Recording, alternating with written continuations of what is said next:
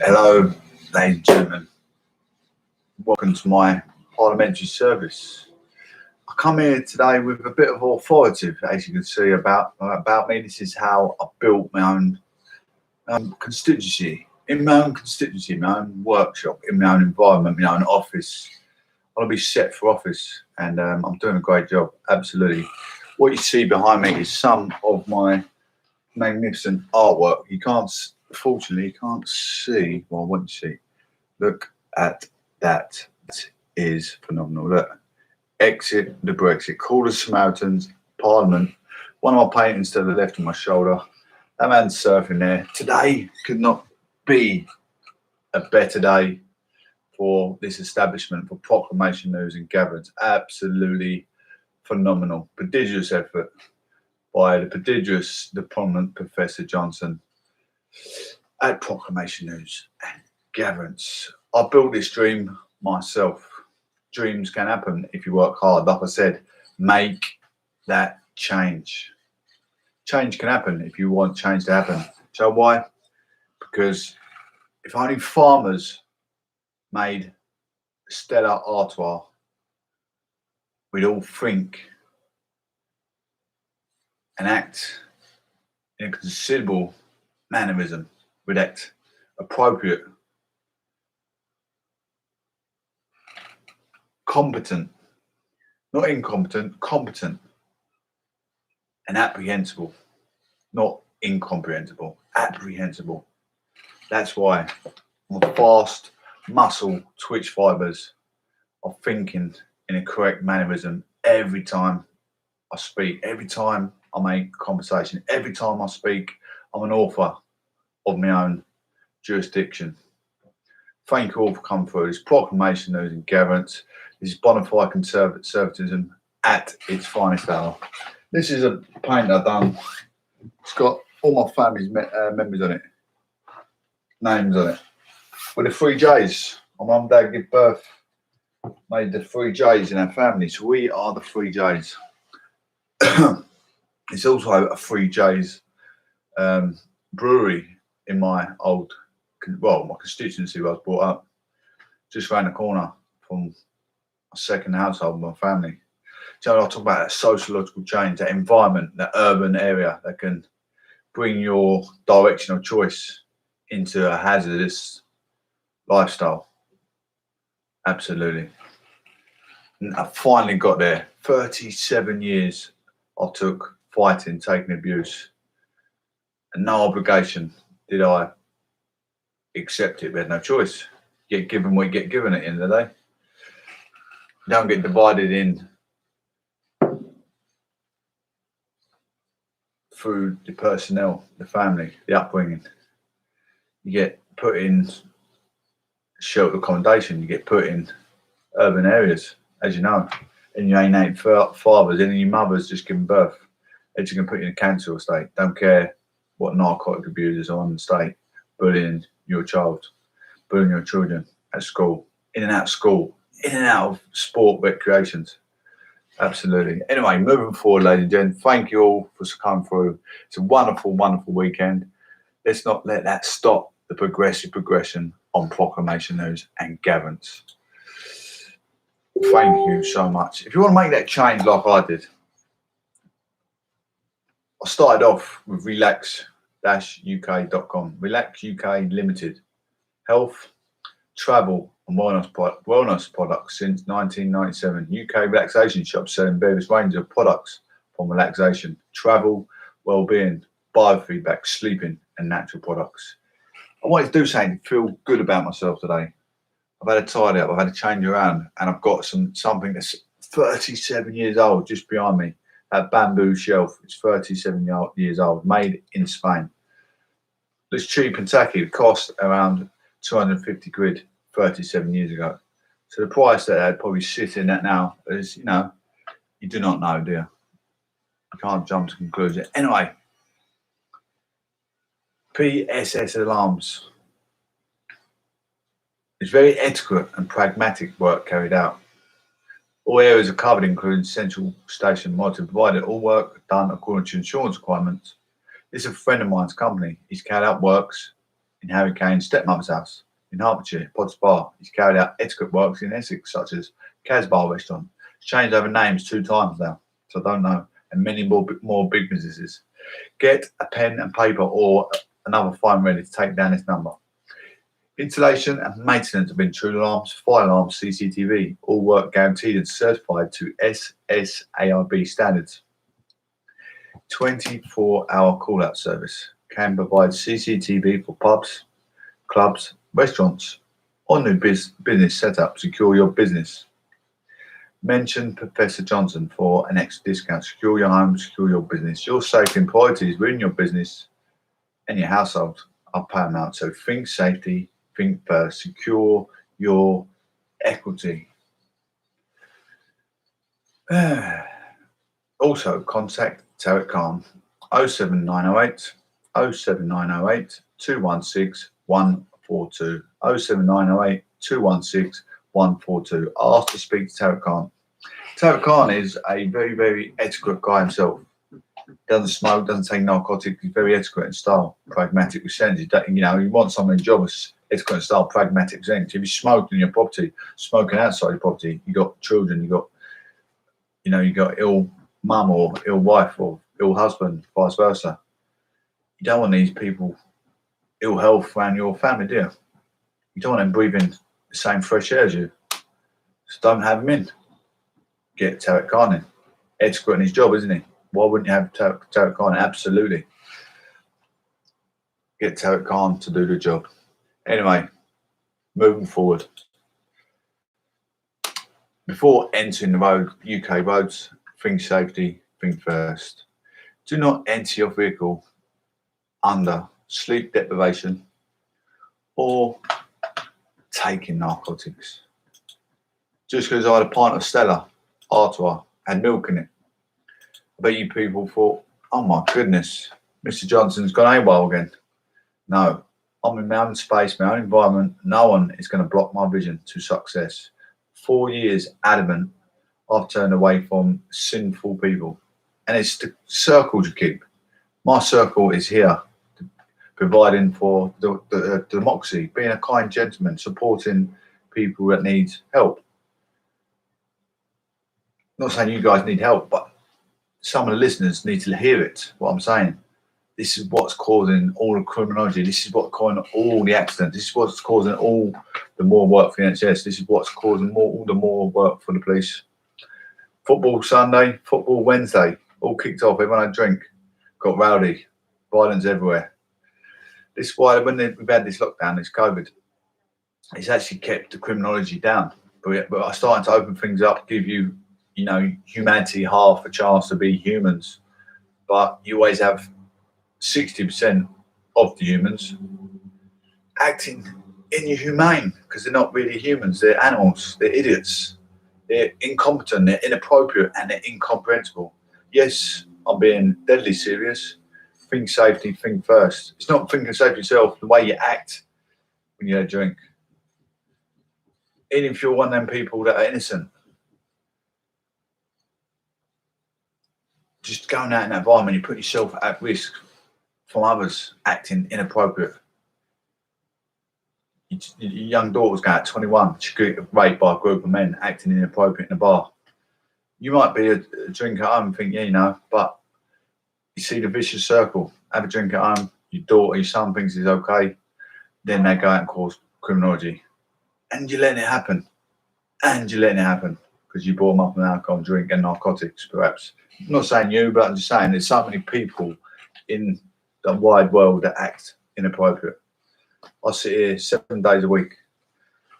The most I drink is a Rockstar energy drink. That's the only bad thing I stick in my body.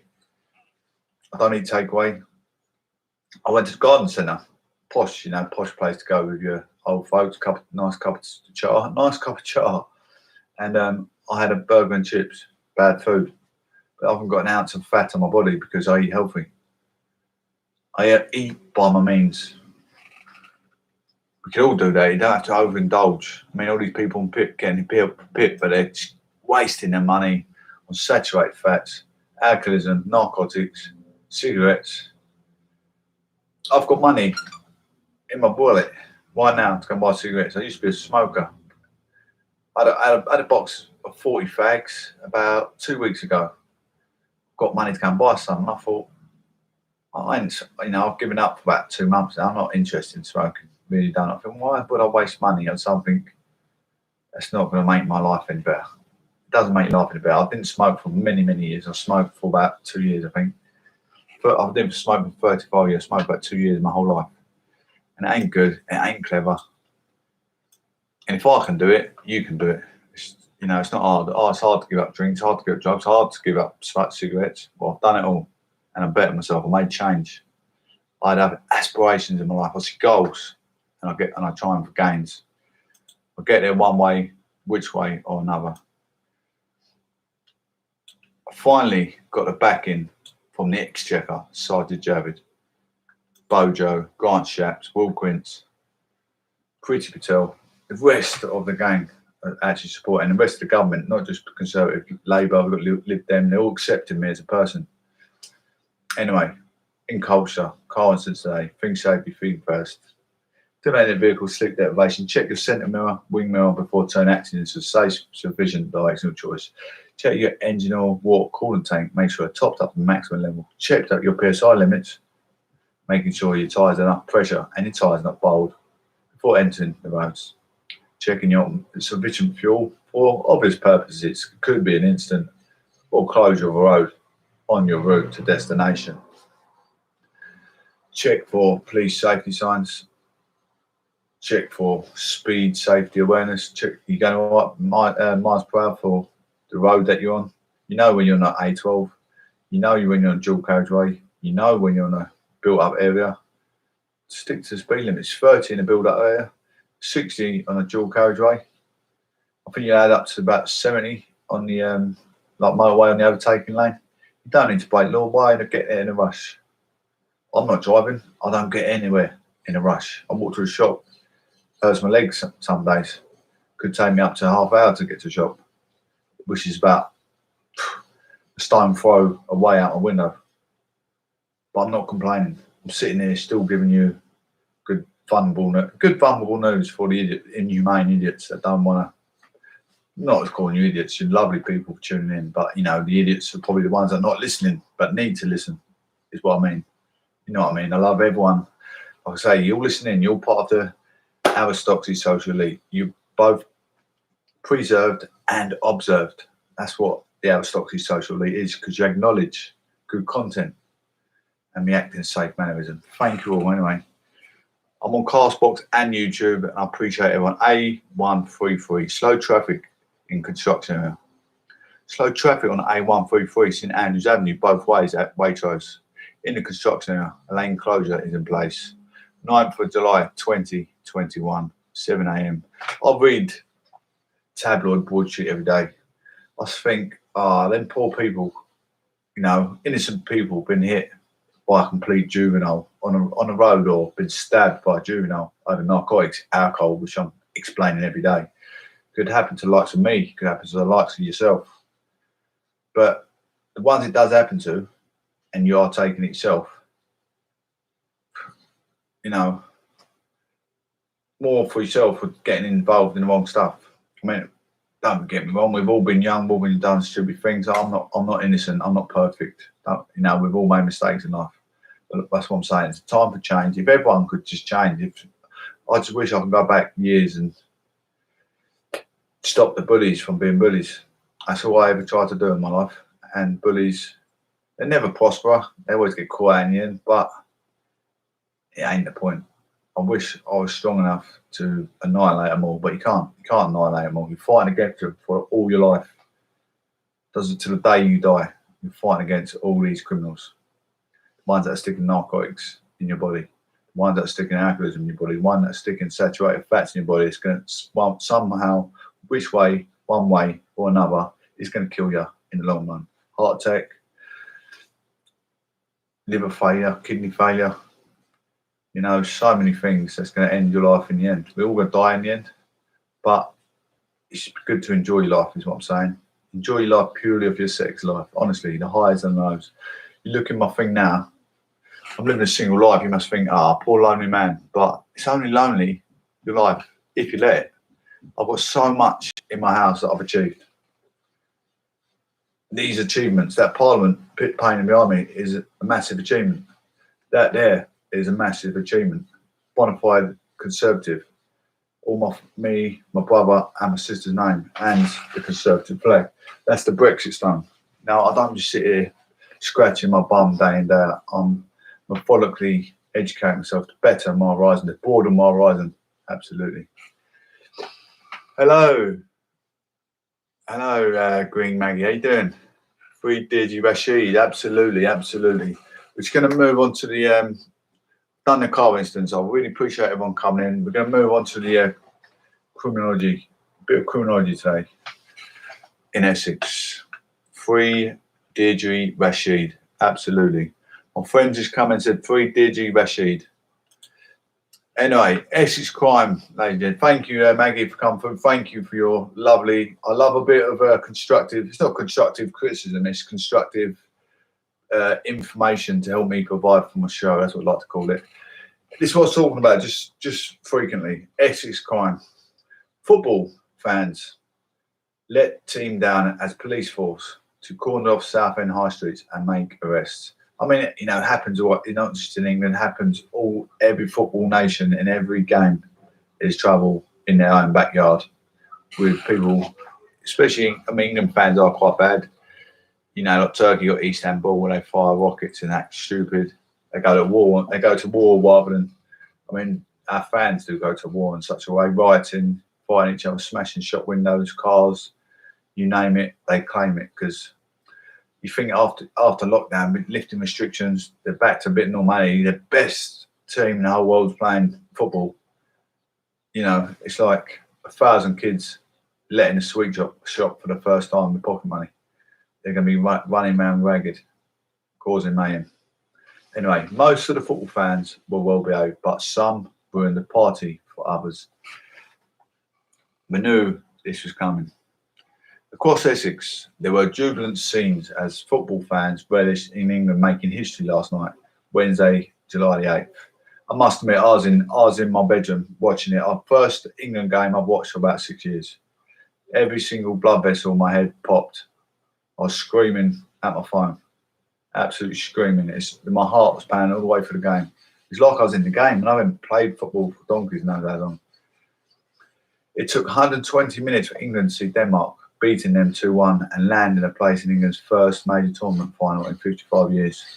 Most fans across the country behaved themselves, but sadly, some got out of control.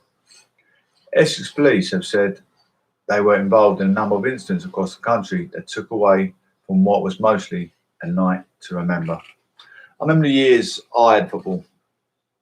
I was at such an adequate level of football.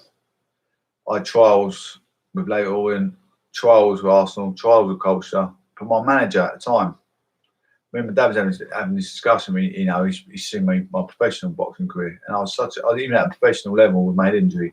I could have gone on to do great things if I didn't have such a bad head injury. But my fitness side of things, even at the age of, I think, 34, I was the fittest man in every single gym worldwide. Well, in UK, every gym I went to. That's why I called myself Justin the Machine Johnson. I deserved it because obviously the attack I had when I was 18 and still carried on to be courageous. I didn't need to be, but I did. But,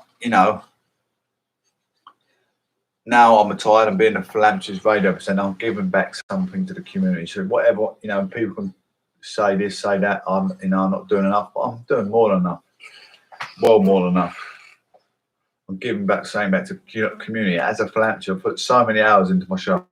These shows can, take about 30 minutes to set up. I talk for about an hour and a half. Then I'm sharing it after on different social media platforms, trying to build up my following. I spend about 2-3 hours most days trying to get this broadcasted. And that's without everything else I do in a day. 3 hours a day, 7 days a week. It's a fair few hours. Well, not 7 days a week. I do go to my family, make sure they're all right once a week. Two men from Woolwich, aged 35 to 37, as well as a man from Grays, were arrested following the fight. Elsewhere, a man from North Benfleet was arrested after two bottles were thrown in South Church Road in Southend. Forced police to cordon off Southend High Street so that people could be dispersed safely. Officers also arrested a 21-year-old from West Yorkshire and a 25-year-old from Kirby Soken on suspicion of committing public order offence in Colchester. Police also dispersed crowds in Newland Street in Witton after reports of disorder. I need to stop being narcissistic and talk about myself when we're talking about something specifically totally different. Mate, I do that sometimes. I'll just go on a tangent, don't I? You need to tell me, Mr. Johnson, be quiet. Essex Police spokesperson said, from Stamford Oak to Southend, Billericay to Clacton, the majority of people we engage with and pubs we went into were enjoying the football responsibly. However, we know that some places kicked off after kick-out, and we won't accept behaviour that puts other people at risk. They added, and one of those celebrate on Sunday when England take on Italy in the Euros. Don't score an own goal this weekend when celebrating our historic appearance. Stay safe, look after each other. When they say don't score an own goal, it means don't go out and kick off a riot. Thank you very much, Green Maggie. Yeah, so yeah, if rather than out scoring an own goal, go out. If you're going to drink in moderation. Keep yourself preserved. Don't act inconsiderate, inappropriate, incompetent, incomprehensible. Act sensible. Act appropriately. Have a couple of whatever you drink, gin, a couple of beers. That's enough. That's enough. You know what it is? I think the youth today, they think if I have 10 beers, that woman at the end of the bar is going to look good looking in a minute, so they get drunk. That's half the trouble. Everyone's desperate to get in a relationship. I've really, I've had a couple of dates. Don't get me wrong. Since 2018, we're near 2022 now. I've been single, really. I've been single. I'm not really that bothered. I'm not bothered in the slightest. I'm not bothered. I don't specifically need someone that's not going to help me build what I'm building. I'm only interested in someone who can help me build what I'm building. They're proud of what I'm trying to achieve. That's the only person I need in my life. Other than that,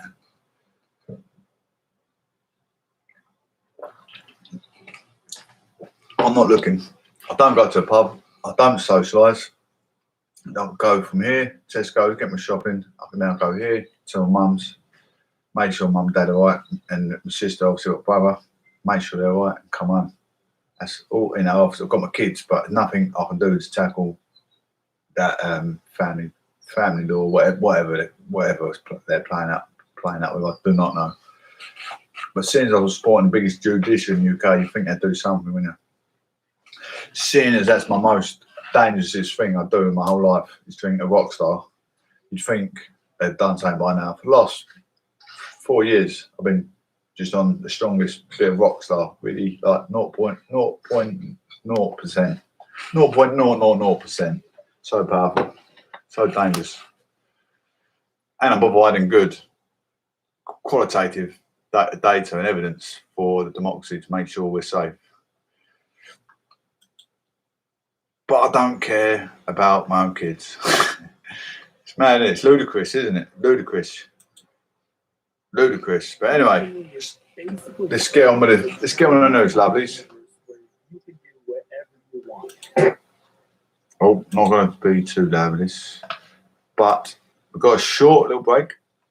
Yeah, the app is designed to stay in line with the actual rules at any given time. Right now, of course, we've got 1 meter plus rules. The app will respond to that. We're able to keep that in line with scientific advice, and we'll speak to the Chief Medical Officer and others to make sure that the app continues to provide useful advice based on the rules and the guidance which are in place at that given time. And we hope that after the 19th of July, we'll be relaxing more of those rules. The app will respond to whatever is going on in the real world around people. So yes, well, of course, we'll review the app all the time to make sure it's providing useful information.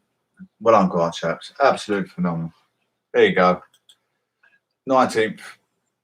10 more days. Triple lock is the government's policy, but Sorry about that. It's Richard Sinek. England through, Hancock the triple lock out. is It's a dream the combo, government's isn't it? policy, but I very much recognise people's concerns. What I would say is the numbers that you mentioned at this point are speculation because we haven't actually got them yet. That happens later on, but I do recognise people's concerns on this. I think they are completely.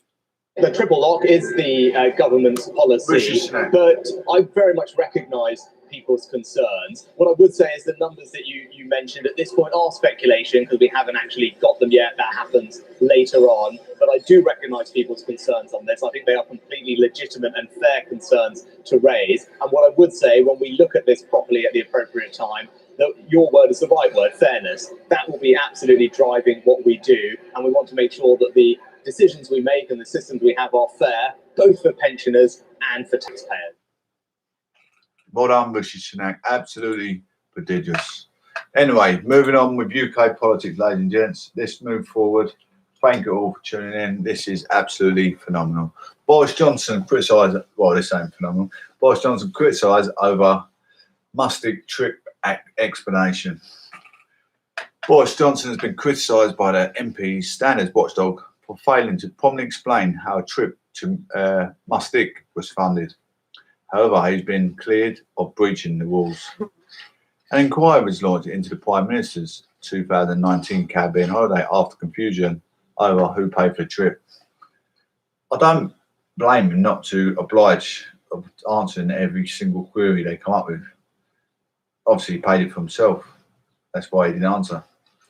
The Committee of Standards have now concluded that Mr. Johnson's account was accurate and complete, but it added it was regrettable. Full explanation had not come earlier.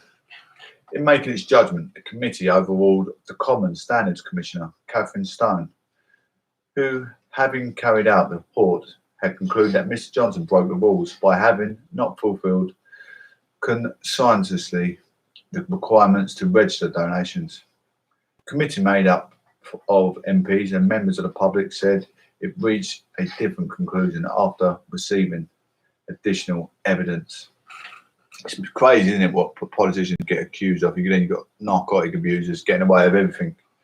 Absolutely ludicrous. The committee, made up MPs and members of the public, said it reached a different conclusion, receiving additional evidence. The Prime Minister told reporters he hadn't seen the conclusions of the report, but said, as I understand it, the committee has found there was no case to the answer. Responding to the report, Labour Deputy Leader Angela Rayner said the way Johnson handles his personal finances mirrors the way he governs the country, chaos and confusion. But it's not up to anyone's discretion to want to keep asking what he's doing with his money. Surely not. I'd want a bit of privacy in what I'm doing as well. Oh, by the way, I'm just going to the shop. I'm going to spend £45 on some groceries. Leave me alone. That's what I'll be doing exactly the same. I do not blame him. What way, which way, anyway, ever. Ridiculous. Shambolic. He's running a profession, and their question is his professionality. That's what they're doing. It's shocking. Shocking, absorbing information. Analyst by Jonathan Blake, political correspondent. I'm a political analyst as well myself. I'm a political analyst. I like to compare and contrast data, as you well know. Compare and contrast data. I like to emphasise in what I see. I like to make it my own. I like to adapt. That's all these political analysts are doing. They're just writing reports and then adapting their conclusion. Exactly what I'm doing when I speak and when I think and when I see. This report reads a bit like a very teacher's verdict on an unruly pupil. I'm not angry, just disappointed in what I've said. Boris Johnson just broken the rules, but neither has he gone out of his way to comply with them. Nor for the first time, the committee points out, before he was Prime Minister, Mr. Johnson broke parliamentary rules by not declaring his share of a property soon enough.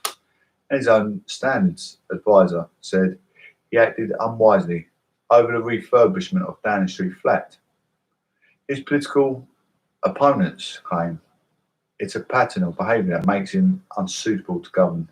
But Boris Johnson has survived another brush with authority unscathed. Oh, but look what it has done for the whole dominion of the UK. You know, we can all absolutely write the guy off. But on the other hand, we've got more NHS. Had a great vaccine rollout. He said, you know, what he said was happening on the tin, and he pretty much hit it with accuracy. He said, oh, we have millions and millions of billions of COVID vaccination going to be pumped for the UK in a certain amount of time, and he's pretty much gone to his word. He ain't done a bad job. Before that, people, we know we're going to die of COVID, and then in fact, how long to get the vaccination out? He said, he put it there, black and white, and said it in his speech, when it's going to be, the rollout's going to happen, how it's going to happen, safety guidelines, the traffic system of getting into the COVID halls. It's been immense, absolutely phenomenal. We've got more doctors, more police force. We've had lower crime rate as well. We've had lower crime rate. It's going to be always remembered, not forgotten, Boris. The last few years, we've had probably the least crime rate in generations of generations because of COVID. He's always going to be remembered. That's what people got to remember, what he has done. If they're going to blame him for COVID, then blame him for less criminology, the good things he's done. In February 2020, Mr. Johnson declared that his 15,000 holiday accommodation out to the Caribbean island had been covered by Carphone Warehouse co-founder David Ross. Mr. Ross initially said he had not paid any monies for the trip. He later clarified that he had facilitated accommodation for the Prime Minister. Following an investigation, the Committee of Standards concluded that Mr. Johnson, Ross had donated accommodation, but added that the arrangement had been ad hoc and informal and do not appear to have been fully explained to Mr. Johnson at the outset. Regrettable. This matter could have been concluded many months ago if more strenuous efforts had been made to dispel the uncertainty, the committee said. It is regrettable for the full account and explanation of the funding agreements for Mr. Johnson's holiday accommodation. It's only come to light as a result of our own inquiries rather than at an earlier stage. Given that Mr. Johnson was twice reprimanded by our predecessor committee in the last Parliament in the space of 4 months for an over casual attitude towards obeying the rules of the House, we would have expected him to have gone the extra mile to ensure there was no uncertainty about the arrangements. In May 2020, the Parliamentary Commissioner for Standards, Catherine Stone, undertook an investigation on behalf of the committee. A breach of the rules. A breach of the rules. She found that Mr. Johnson had sought and was offered to use the villa owned by Mr. Ross, a Conservative Party supporter and friend of Mr. Johnson. However, Mr. Ross's villa. Oh, my eyes gone. However, Mr. Ross's villa was unavailable for the date of Mr. Johnson's holiday, so instead, another villa was found for the Prime Minister. The Commissioner said Mr. Johnson was the right to name Mr. Ross as a donor, but said if another person had provided funds, Mr. Johnson would have also given the details of whoever funded his holiday accommodation in the first instance. Ms. Stone said it had been unusually difficult to establish the facts during the investigation, which had been delayed due to the pandemic and Mr. Johnson's own stay in hospital due to the lack of reliable documentary evidence. She said she was unable to conclude whether Mr. Johnson's account was accurate and complete, adding he did not make sufficient inquiries to establish who was providing his accommodation. On receiving the Commission's report, the committee concluded it did not have sufficient evidence to judge if the code has been broken. However, after making further inquiries, including contacting the owner of the villa where Mr. Johnson stayed, it is said to be reached at a different conclusion from the Commissioner and decided that Mr. Johnson had not breached the rules. The committee explained it has received information from the owners of the villa where Mr. Johnson stayed and that they had been paid by the Must Eat company and managers of the island. In turn, the committee said Mr. Ross allowed the Mustic company to use his own villa to compensate for Mr. Johnson's holiday. If therefore conclude that Mr. Ross was the donor of the benefit in kind to the Prime Minister and that Mr. Johnson's account of the donation had been accurate. There you have it. Guilty until found guilty. Deirdre Rashid. Thank you. Deirdre Rashid is out the building. Lovely to see you. Lovely to see you. Well done, Green Maggie. You freed Deirdre Rashid. Absolutely phenomenal. Absolutely phenomenal. Well done. Anyone in need of help, anxiety, depression, live on your own. You know, sometimes you get everyone, live with someone, you can be even more depressed, have more anxiety. You can have more problems arising living with someone. You're in a situationship. You got to do the chores today because your boyfriend ain't going to do them. You've been at work all day, you're the wife, boyfriend ain't got a job. He comes home. I mean, you come home from work, do the chores, babe, can't bother. You do it. You got the hump. You've got the hump because your partner's not putting his weight. You're paying all the bills. You've got no dinner on the table when you get in from work. You've got a provocation on the table. You want help. You want to cry out for help, someone to talk to. Call, good people. You want good people back around you before you lose your nut. Before you lose your marbles and throw a plate at your boyfriend's head. Think before you act, because you could be in trouble just as much as he could be in trouble, don't you? Actually, they do go down hard on men attacking women, but it is known for a woman to attack a man, but a man won't preach that he's been hit. So, guys, is the help there as well, is what I'm saying. And women, obviously, that every woman should know there's help for them, and they deserve the help over a man, because a man is more masculine than what a woman is. I absolutely support feminism. I absolutely understand why police use their legal force more to a man than they do a woman. A woman can get away with a bit more than the man. A woman can hit a man over the head with a plate, hit him with a glass, and probably the guy's not going to press charges on his girlfriend to be a coward 9 times out of 10. So but if a man was to the woman, they're going to go through the door of level 2 force and kick him all his life. But a man shouldn't be laying fingers on a woman. So I support it, absolutely.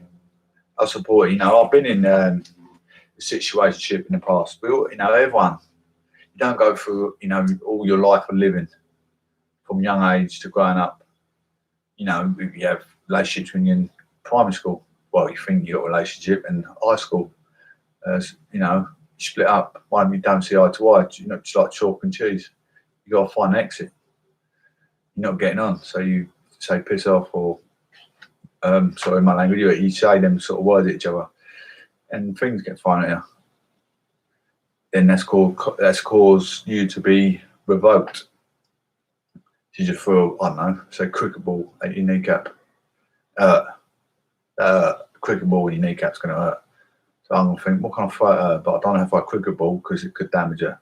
You're going to throw something back because that's just how humans work. I've studied every single law book you could imagine, but I know what causes conflict. I know what causes being revoked. I understand psychology. So does a police officer understand psychology. But there's not two wrongs don't make a right. There's no justice for two wrongs making a right. There is no justice. So if you come and burn my hair and I burn your hair, that's arson to a human, isn't it? To two humans. You're both as a criminal. But one may get treated lighter because it's been revoked for you to do it. But there you go. Now you know it. Anyway, moving on. Rishi Sunak, £20 universal credit top-up, always temporary. The Chancellor has reiterated the £20 uplift to universal credit will be scrapped as it was always intended to be a temporary measure.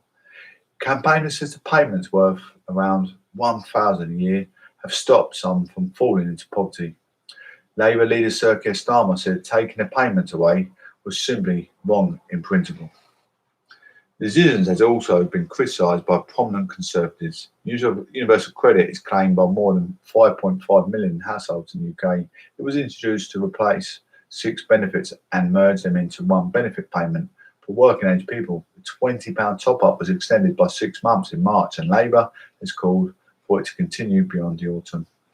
Speaking on BBC Breakfast, Mr Sunak said the uplift was part of things we put in place to deal with the crisis of the pandemic, and those things will come to an end, much like the furlough scheme. There's a key thing to try and push people that have been furloughed. Some of the people still not going back to work. They're opening up more jobs. It's going to be more jobs for people to go and achieve. You should be out there doing your adult learning to change your direction of life, make your life more amicable for yourself. But I've said that in so many previous radio shows that I've done. I've been going for 3 years. I see what's coming on the horizon. I'm giving out opportunities. If people take it with a pinch of salt, it goes through one ear and out the other. It's not my problem. But I have said, time and time again, make that change. Change your aspirations in life. Anyway, he said that uplift has only been one part of our overall package of support for people, adding that a government plan of getting people back into work is working. Those on the lowest incomes have seen the most support from the government by going forward. My view and the government's point of view is the best way to help people is to help them into work and make sure those jobs are well paid, he said. But former Conservatives Work and Pension Secretary Ian Duncan-Smith said the government needs to think again. This uplift simply restores what was initially intended for universal credit, he said. He told the BBC Newsnight the benefit isn't just an unemployment benefit, it's a back to work benefit, adding it's a bit short-sighted to say just going to withdraw it. Sir Ian is one of 6 former Conservative Work and Pension Secretaries who wrote Rishi Sunak this week to urge the government to continue with the extra £20 a week payments.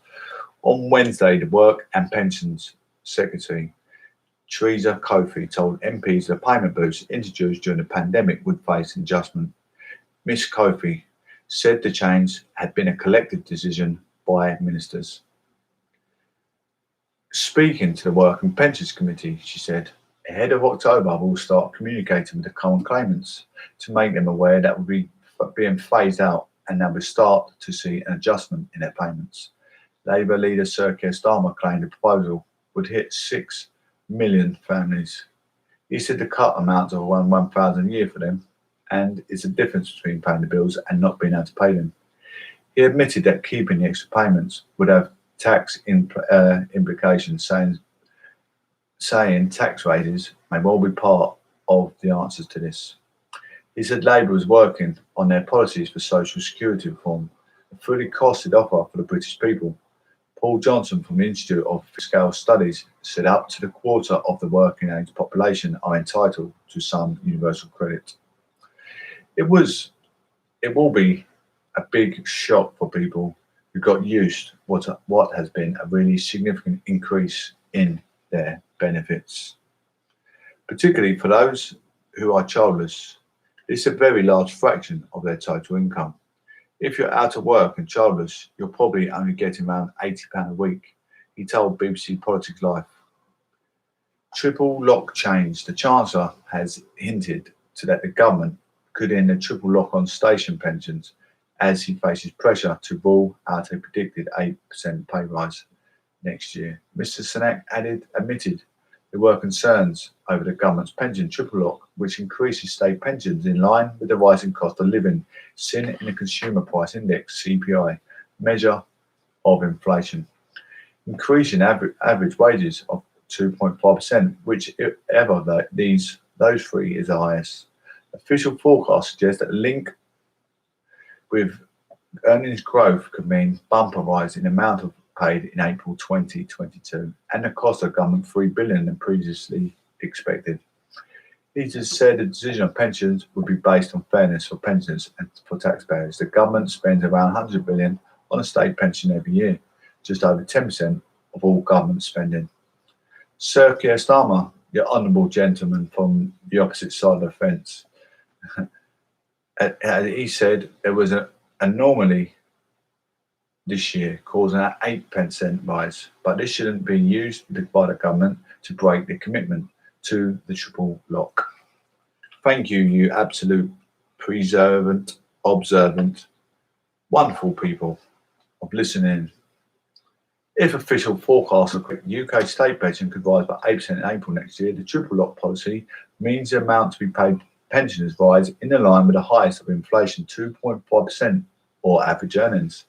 It is the last of these three which are predicted to see a big jump, owing in part to furlough's effect on calculations. Hence, Chancellor Rishi Sunak is being pressed on whether the manifesto promises to pensioners will stay. His answer: the decision will be eased on fairness for pensioners, but also for taxpayers, but fairness to be difficult to quantify. The UK state pension is one of the least generous in Europe.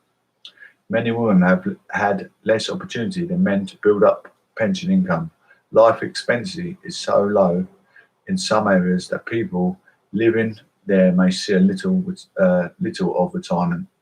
That is why some are calling for an overhaul of the entire system of pension benefits, not a short-term reaction to an unusual set of circumstances.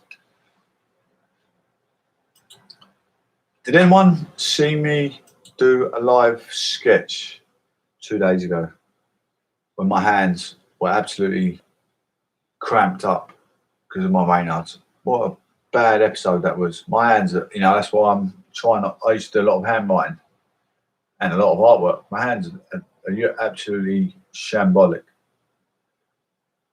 The doctor said to me, "Are your hands all right in the summer?" No, they really ain't. People see me live on camera on social media doing drawings in the heat.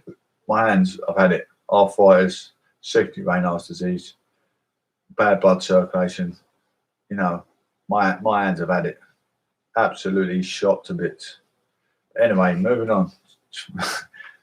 Just saying, don't do sport, or could it lead to some form of PTSD later in life? Depends on your condition. The drawdown is proceeding in a secure and orderly way, prioritizing the safety of our troops as they depart. Our military commanders advised me that once I made the decision to end the war, we needed to move swiftly to conduct the main elements of the drawdown. And in this context, speed is safety. As I said in April, the United States did what we went to do in Afghanistan, to get the terrorists who attacked us on 9/11 and deliver justice to Osama bin Laden, and to degrade the terrorist threat to keep Afghanistan from becoming a base from which attacks could be continued against the United States. We achieved those objectives. That's why we went. We did not go to Afghanistan to nation build. And it's the right and the responsibility of the Afghan people alone to decide their future and how they want to run their country.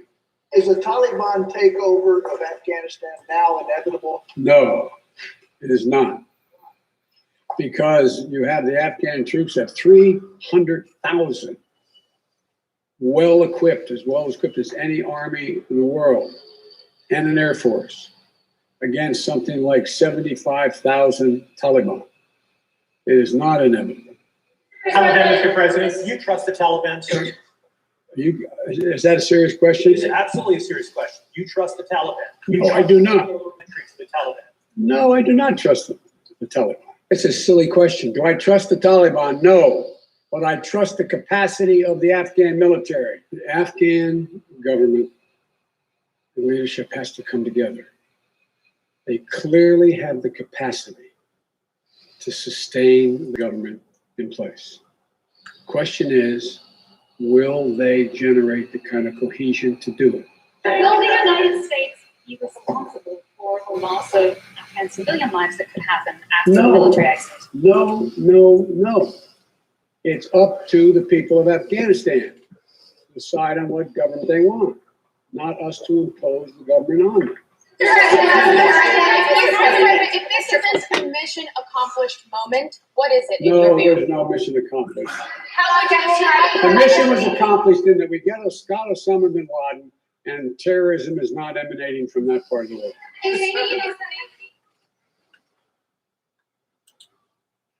Sorry about that. Moving on. Well, sorry about that. That's what I wanted to. That's what I wanted to achieve throughout the show. You know, these little breaks I'm putting in is to give you an insight of what the other politicians are coming out with. We've got the deadlock in Afghanistan. It's taken a year to move 20 kilometres in Afghanistan. They've done what they wanted to achieve. Their mission accomplished. They're coming back. They're retreating, I believe. I'm not quite sure. Yeah, US troops to withdraw from Afghanistan. Exactly what he's just saying. Yeah, you know, I've had Rishi Sunak saying his bit about, you know, the coming to an end with the furlough fund. They're going to take, they're cutting back £20 or whatever. I've had a fair bit chunk taken out last month. Can we keep a head out of water? Can we still survive? You know, like this, I'm doing this philanthropist work. It doesn't matter how many hours I put in. Like today, I put in almost an hour already, and we've got another about 20 minutes, half hour to go. But that's not an hour and a half. Me just sitting here. It takes me half hour to set up, get all the segments in place, get all the breaks. I put the breaks in. I had Biden, Rishi Sunak. I had Grant Shapps. What did I get Grant Shapps? You know, Transport Secretary Rishi Sunak. You know, he's the one in charge of the, you know, the pension scheme and you know the money that's getting back with the furlough scheme. He's the one that got the help through the furlough scheme. He's part of the economic finance, isn't he? So, you know, I'm getting these certain people put in place, finding their segments where they had that speech. Like it was live today, in fact, but you have to find it. You have to search for it. It takes time and perseverance and observance. You know, critical thinkers. Everything's theological, thoughtful process. It's not accounted for what I'm doing, although I've had many years' experience of media studies.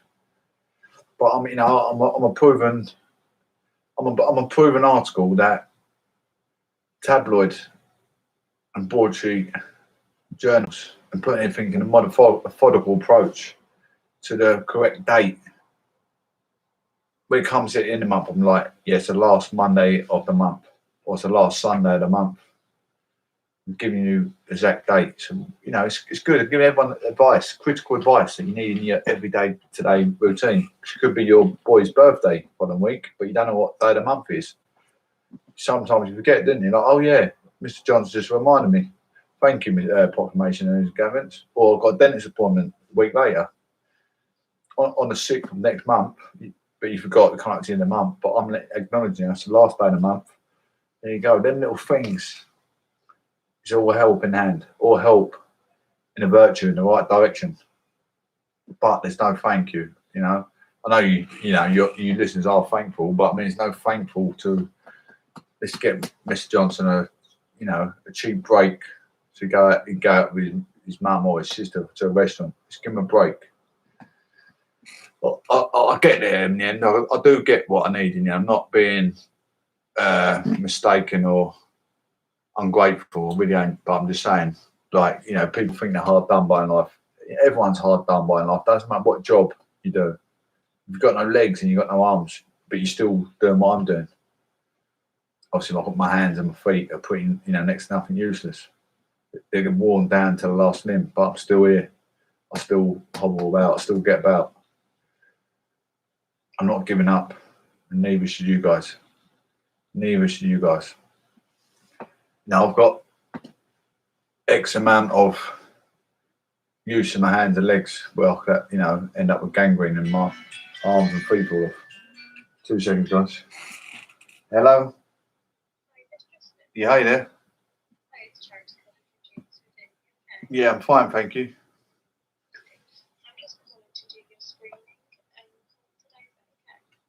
Oh, yes, that's absolutely fine.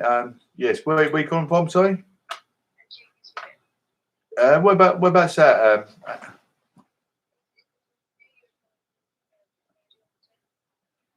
What company is that? Sorry.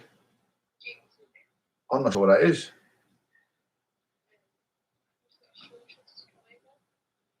Sure Trust. Oh, okay. Oh, okay. Yeah, no problem. Yeah, it's fine. Yeah, no problem.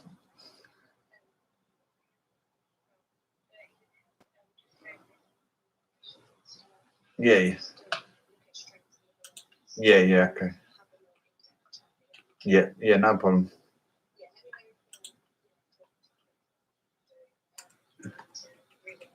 Yeah, no problem at all.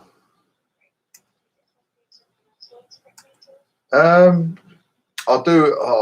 Sometimes I do struggle. I more struggle if I'm, like I struggle to get my words out correctly. But if I can read correctly, I can speak correctly. It's just if I'm putting do you know what I mean? I think it's if I feel pressured. I don't know if it's anxiety or what. I've always had it. Even as a kid, and I'm getting as I'm getting older, I'm getting worse for what I've been through throughout my livelihood. If you know what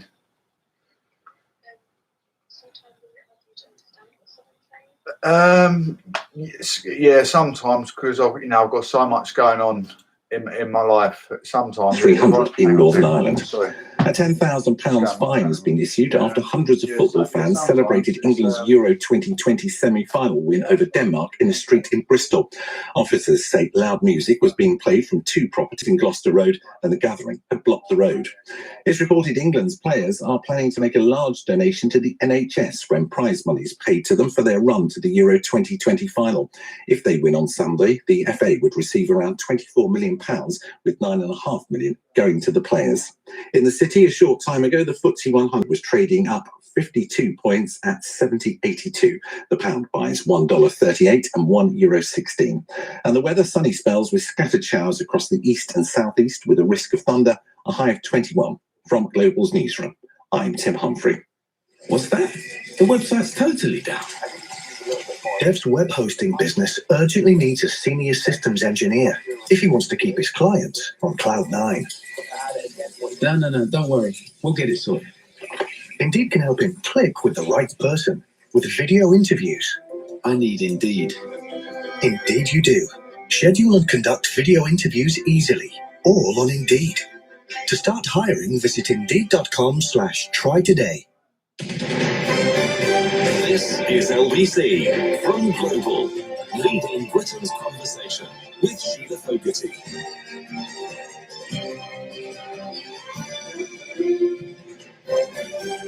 Hello, good afternoon to you if you're just joining us here at LBC. This is the Metropolitan Police Commissioner, Dame Cressida Dick, talking just moments after a former Metropolitan Police officer, Wayne Cousins, had admitted guilt to the murder of Sarah Everard. Have a listen to what she said. My thoughts and those of everyone in the Met Police are with Sarah's loved ones. It's not possible for any of us to begin to imagine what they have been going through.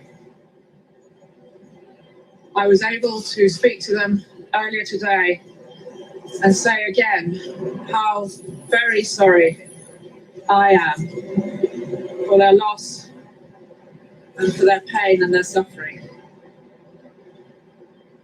All of us in the Met are sickened, angered and devastated by this man's crimes. They are dreadful. And everyone in policing feels betrayed. Sarah was a fantastic, talented young woman with her whole life ahead of her. And that has been snatched away. She was hugely loved, and she will be sorely missed by so very many people. Ever since Sarah went missing, the sole priority of my investigation team, the search team, and hundreds of others in the Met and beyond was to find Sarah and to bring person who had committed these terrible crimes to justice as swiftly as we possibly could. In this, we are hugely indebted to Sarah's family and to her friends and to many members of the public who helped the investigation in every single way they could, not least by making appeals and giving us information. No words can adequately express the profound sadness and anger and regret that everyone in the Met, in my police service, feels about what happened to Sarah.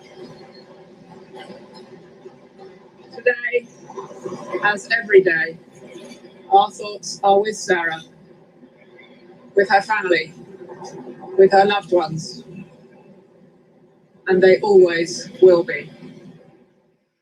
That was the Metropolitan Police Commissioner, Dame Cressida Dick, speaking outside court today. Matthew Thompson, LBC's senior reporter, can bring us some detail of what happened in court. Sentencing won't be until September. This was all about the plea. Matthew. Yes, indeed, Sheila. This was merely a plea and trial preparation hearing, as it's called, but there is no need to prepare any trial because Wayne Couzens has admitted his guilt. He wasn't physically present in court this morning, but he appeared via video link from Belmarsh Prison wearing a blue sweatshirt and khaki trousers. He looked far older than his years, it must be said, Sheila, and kept his head bowed throughout the short hearing. But when he did speak, it was to make a monumental admission. It was to admit his guilt for the murder of Sarah Everard, adding to his already admitted guilt for her rape and kidnap back in March. And it means that there is no need, as I say, for a trial. He is guilty and he will now be sentenced accordingly. The sentencing hearing, as you mentioned, Sheila, has been set for the 29th of September. That is expected to take around 2 days. The judge said he might need some time to reflect overnight, but it's possible that Wayne Couzens could be given a whole life sentence because the judge, Lord Justice Fulford, told lawyers on both sides in court this morning that he would need their help in determining whether it comes within what he called the Oakes category. That's a reference to a double murder case in 2013, where the very same judge gave a whole life term to a man called David Oakes. There's also still much we don't know about what happened that night back in March, Sheila. We can now report that Wayne Couzens initially gave police a wild story about how he had handed Sarah over alive to a gang of Eastern Europeans who'd been threatening him and his family. We now know that was nonsense, but Couzens has still not explained the truth of what happened or why. There is still forensic analysis ongoing of the rental car that he snatched Sarah in, which may reveal clues as to where she was raped and where she was killed. And Couzens may not have said much in court today, but his defence team did speak briefly on his behalf, telling the court that his pleas today represent truly genuine guilt and remorse for what he did. He will bear this burden for the rest of his life, and he deserves to. Those were his words to his prosecution team this morning. He accepts that the victims in this case are the Everard family and not him, they continued. He doesn't feel sorry for himself. He feels sorry for what he did. And Sarah's family, some of whom were in court today, will at least now be spared the pain of a criminal trial. And the next time they see Wayne Couzens, when he appears here at the Old Bailey in person, rather than via video link, at the judge's request, it will be to see him sentenced for the kidnap, the rape, and the murder of Sarah Everard. Thank you, Matthew. Matthew Thompson, LBC's senior reporter. That comment by his defence barrister about being sorry and bearing the burden of what he did. According to one report I've read, at that point, Sarah Everard's mother, watching on, just lifted her hands as he said that. I mean, we can only begin to interpret what that might have meant, but the idea that he bears a burden must have landed very heavily on her ears and her heart, let alone her ears, but her heart. Sir Peter Fahey joins me, former Chief Constable of Greater Manchester Police. Sir Peter, good afternoon to you. Good afternoon. You will have investigated murders, maybe murders akin to this, in your career as well. There is and I've reported on them many times, that there is, sadly, that there is a moment, isn't there? And this is one of them, where although justice is on the way to being delivered, there's it's a moment of great futility given what happened and given what flows from it. Just loss all around. Yes, I think you summed that up very well, Sheila. I think there is utter futility, pointlessness. Why was this done? How could some human being do this to another human being? A complete sense of loss, which absolutely will be felt so deeply by Sarah's family and her friends. But, I'll be honest, will be felt by every member of the police service. I think, Cressida did quite rightly said, every member of the police force will be devastated by this because, it was so cold, it was so calculating. It was such a callous and almost pointless crime to do this. But, unfortunately, that is the nature of some of the evil, that we have around us. But you're absolutely right. From a human point of view, it just appears absolutely futile and desperate. I mean, the point of it, we can only begin to divine. Psychologists, psychiatrists have spent whole careers trying to work out why some men are as violent as this towards women and as deviant as this towards women. But central to it must be simply self-satisfaction, because he wanted to, because they want to, when people murder like this. Yes, and I think it's some perverse, attitude of a, position of power over women. Sometimes it's some way of getting back because of supposedly things that they perceive that women or female figures in their lives have done. We know this is all very, very deep. Features in domestic violence. In other cases, I'm not really qualified, to say that. I think the important thing, the important thing, Sheila, is it's very hard to predict. So people will obviously look into this case and say, well, could it have been. And the trouble is, it's very hard to be able to predict from an individual when they suddenly escalate to this level of violence. And yet we're learning, aren't we? It's not impossible to predict when someone is a risk in the way that we attempt to predict when someone is a terrorist risk. There is a great deal of terrorism going on in plain sight against women that isn't responded to. Yes, absolutely. And I think this is an extremely rare case of a woman being attacked by and killed by a stranger like this is relatively rare. Exactly as you're saying, most of the violence and most of the murders of women occur within relationships.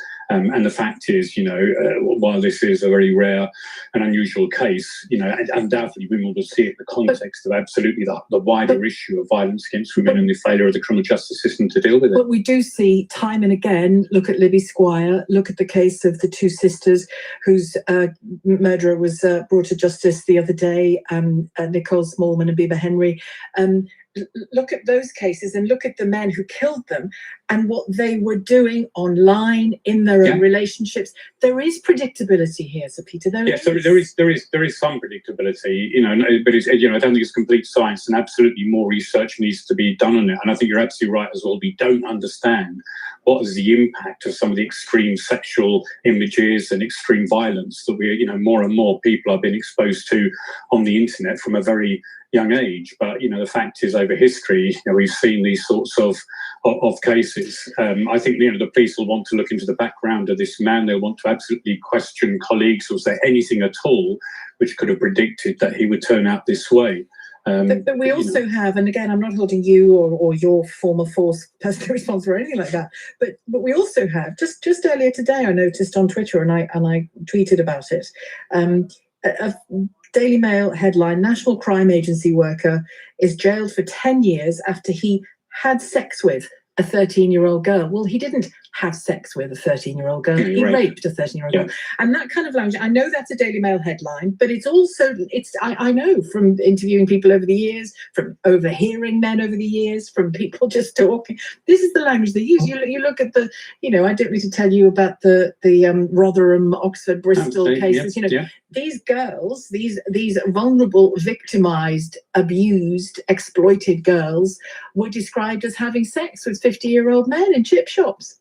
Yes, no, you're absolutely right. I think, there is a far wider issue, a cultural issue about how we regard violence against women, and the fact that it's not taken seriously enough, the fact that we've got a whole system that reduces the prosecution rate of less than 2%. So you're absolutely right to identify that this is part of a much bigger, wider issue. And I know that you've debated it a number of times in your programme. What we also know, there's growing evidence that, yes, there is a problem of domestic violence within policing. I think, certain female police officers are doing work on this and understanding that. And I think any senior police officer aware, you always have a minority of police officers that join policing for the wrong reasons and have problems with anger and sometimes have problems with the use of power. And policing has got to be constantly vigilant towards that, and particularly has got to encourage colleagues to come forward if they have any suspicions at all. But police officers, male or female, are just people, aren't they? And they operate in the same society that you and I operate in. And it's a much wider societal issue as well, isn't it, about how we raise boys, what we do about porn? Yeah. It is, but I think, in terms of, the case today, you are absolutely right. But in terms of the case today, I think policing will also want to be aware, as I say, there are sometimes, we know there's been a problem with certain police officers, for instance, exploiting the vulnerability of victim witnesses. And that's been taken very seriously. And some police officers have been jailed for having sex with, victims, and very strong messages have been given out. So I think police forces are, aware of that. And the fact is, there have been a number of cases over the years where police officers have murdered their partners and their wives. So, I think policing and through its vetting procedures, and as I say, the degree of transparency, and particularly encouraging other officers to report things, and particularly to enable, to give more confidence to the partners and family members of police officers to report things if they've got suspicions. But you are right, it's a wider societal issue. Police officers, succumb to that. Police officers are drawn from the same society and live in that same society. But policing also needs to be aware that sometimes policing culture, the sort of things that police officers themselves see and experience, and some of the attitudes and the part of society they spend a lot of time dealing with, that in itself can affect them, and need to be aware to root that out. How do you look back on the policing of that vigil for Sarah Everard, especially in light of the multiple, not just this last week or so, but the multiple times sports fans, largely male sports fans in particular, have been given a complete free pass when it comes to COVID regulations, and a group of women on one night mourning the death of somebody, protesting against violence towards women, were indeed heavily policed? Yeah, I think, I would look back on that in terms of the very, very confused picture about legislation relating to the pandemic. It was particularly confused at that point around the law on protest.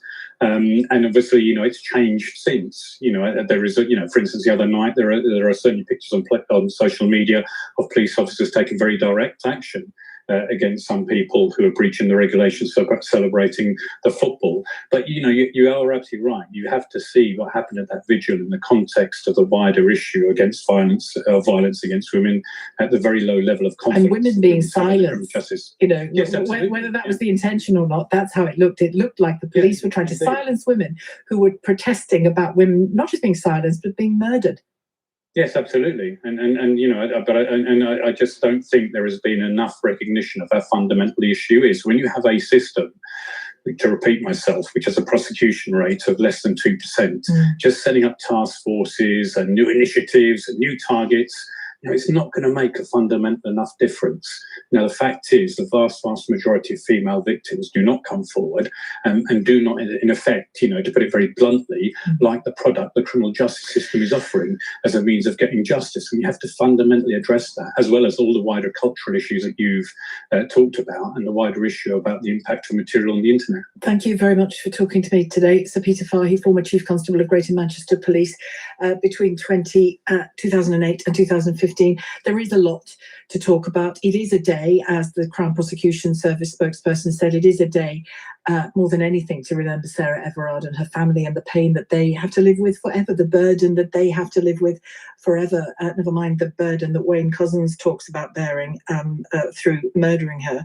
We'll set that to one side, I think, for the purposes of our conversation. But what I want to know from you is how we make the reaction to Sarah Everard's death and the, albeit delayed, reaction to Nicole and Bieber's deaths as well.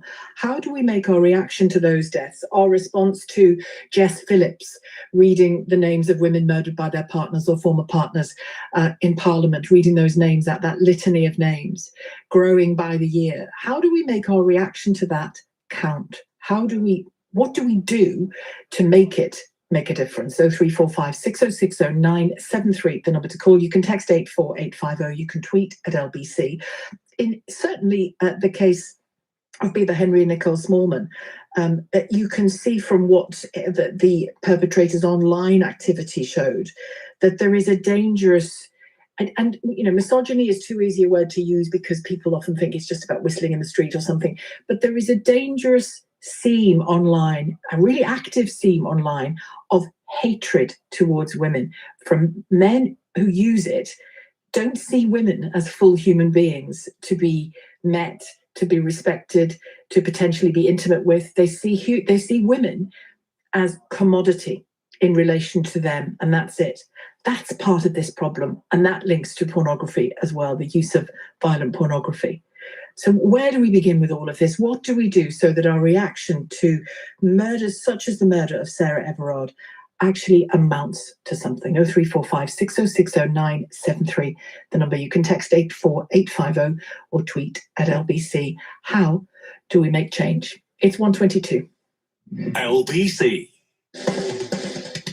I race BMX, and I've been racing since I was very little, so 20 years now, and I love it every single day. Two-time Olympian and Rio silver medalist, Elise Willoughby.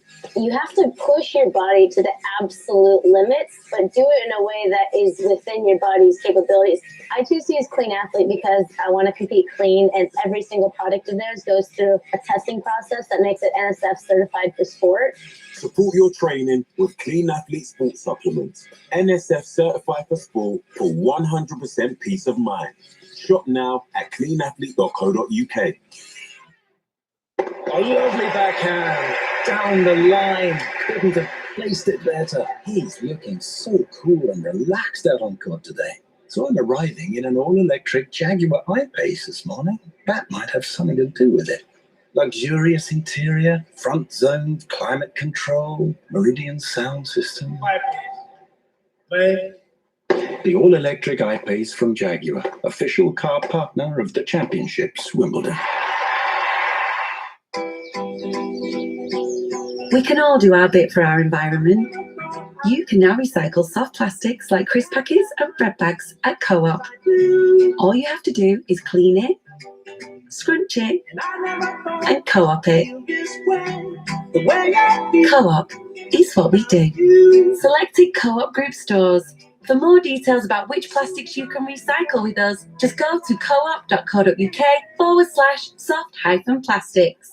The extra time at home lately has probably meant higher energy bills. So if the home office/kitchen is part of your new normal, it's time to visit Look After My Bills. They'll auto-switch you each year to make sure you're not paying more than you need to. Last year, first-time switchers with Look After My Bills saved an average of £232. Join over 500,000 people and find out what you could save. Sign up for free in just a few minutes at lookaftermybills.com. Is this sounding too familiar? Hi, can you hear me? How about mixing up your routine with a bit of this? Morning. Morning. And enjoy some time to think, work, and relax on the way. We're now approaching our final destination. Whether you want to work at the office, from home, or somewhere in between, commute your way with a Flexi season ticket. Find out more at greateranglia.co.uk/flexi. Greater Anglia. Travel with confidence. Every cat has a tale to tell. So for pet insurance policies as unique as they are, visit petsinnapickle.co.uk. For an innovative, exciting career in tech, digital or data, apply to join the expert teams at Global. Check out our careers at jobs.global.com. Sheila Fogarty on LBC. Call 0345 6060 973. It is always, aside from the sympathy, huge sympathy you feel for the family of somebody murdered like this, not least the person in question, Sarah Everard, for the loss of her future, there is this horrible futility to crimes like this, horrible futility. There is clearly somebody, the murderer, whether it's this case or any other case, something in them, something very bleak and dark in them, is satisfied by this violence, and I'm not even talking about sexual satisfaction. I'm talking about just satisfied, sated by this violence towards a woman. And there's something sick at the heart of an individual like that. How do we spot it sooner? I'm increasingly, the more I read and listen on the subject of this from people doing real, academic and practical research into it, the more there is a pattern to many people's behavior. There is a pattern. There are warning signs. If we would have access in the right way, at the right time, to people's online material, for example, what they've been using online. The mother of Biba Smallman Nicole Smallman and Biba Henry said when she was interviewed the other day, the Reverend Mina Smallman, amongst the many striking things she said about her experience since losing her daughters in this way, was that even when it was clear that this man had killed her daughters, the police investigating the murder sought access to some online material that he'd been using via a US online address, and they were denied it because of the laws of access to people's private material. And we know that dark web, that dark online world is laden with crimes against women or putative crimes against women. We know it's laden with hatred towards women. I get a load of hatred towards women on social media that I've somehow learned to dodge and slide away from and mute and block and all the rest of it. But it's extraordinary how much of it is out there. And if even a scintilla of that is translated into how those individuals treat women in person, then we really are in trouble. We really are in trouble. And, stories like the murder of Sarah Everard, and of Nicole Smallman and Biba Henry, and of Libby Squire. I mean, the names are just tripping off my tongue here, not to mention the thousands of women killed by their partners and hurt by their partners day in, day out. That is the hard end of it, the harsh end of it that we really see. The most violent end of it is what I mean when I say the hard end of it. But what about the day-to-day brutality that women face as well? I mean, it really isn't an edifying picture. And we can, I think we do as a society convince ourselves it's a problem over there that's bumbling away over there. But actually, we had a fantastic caller the other day, didn't we, who said that, if I know somebody who's been raped, if all of my friends have been sexually harassed, and they have, and if I know somebody who's been raped, then you do as a man, and you probably know more. And we do push it to a corner. We push this rape culture, this antagonism and hatred towards women culture. We push it to one side as just, comes with the terrain of being a woman. And that absolutely feeds violence towards women. So no more. It comes with the terrain. It can't come with the terrain. And that's why my question to you today is, how do we make sure that the outpouring of feeling and after Sarah Everard's murder, how do we make sure that it amounts to something? 0345 6060 973, the number to call. And keep in mind how that vigil was policed as well. Rashani's called from South Shields. Hello, Rashani. Hello, Sheila. Good afternoon. My feeling, and I have said this on radio before, on LBC, is basically that we need to ban pornography to under 18s. And I think the tech companies are so powerful. They're so, they know exactly how to do this. And I feel that it's a pornography industry even, that obviously the money has something to do with the amount of money that's actually earned through these degrading acts. And I think it has to stop. I've got an 18-year-old son, a 22-year-old daughter, and the number of times my daughter, I won't say her name, has been stopped, has had men coming towards her. She's little, she's 5'2", suggesting stuff, even when she was in her school uniform. So it has to stop. It really has to stop. The violence towards women has got to stop. And of course, the reality of violent pornography is it's consumed by adult men as well. Yes, what do we do about that? I mean, Wayne Couzens is in his 40s. I was told by a presenter on the radio that it's consumed by, I think, a huge percentage of men. I think over 60% of men. But there must be ways of curbing it. There must be put in to actually say what they can show in light of everything that's happening at the moment in the whole world. It's not just the UK, and that it just makes me really sad that this is allowed, because it makes women look like animals, and we're not. Well, it's certainly Sheila, that's all. All right. Okay. Thank you for it, Roshani. I think you land on an important factor in all of this. It certainly isn't the only one. I really believe that the formation of boys and girls, the way we raise children together, how we teach them how to relate to one another, what we do if a boy is showing signs of, kind of, I don't mean normal childish antagonism that can exist between children. I'm talking about darker things than that. And, we need to wade in early about it. That recent Ofsted report about the degree of sexual harassment against girls in schools, that tells you, I think, all you need to know, or a lot of what you need to know.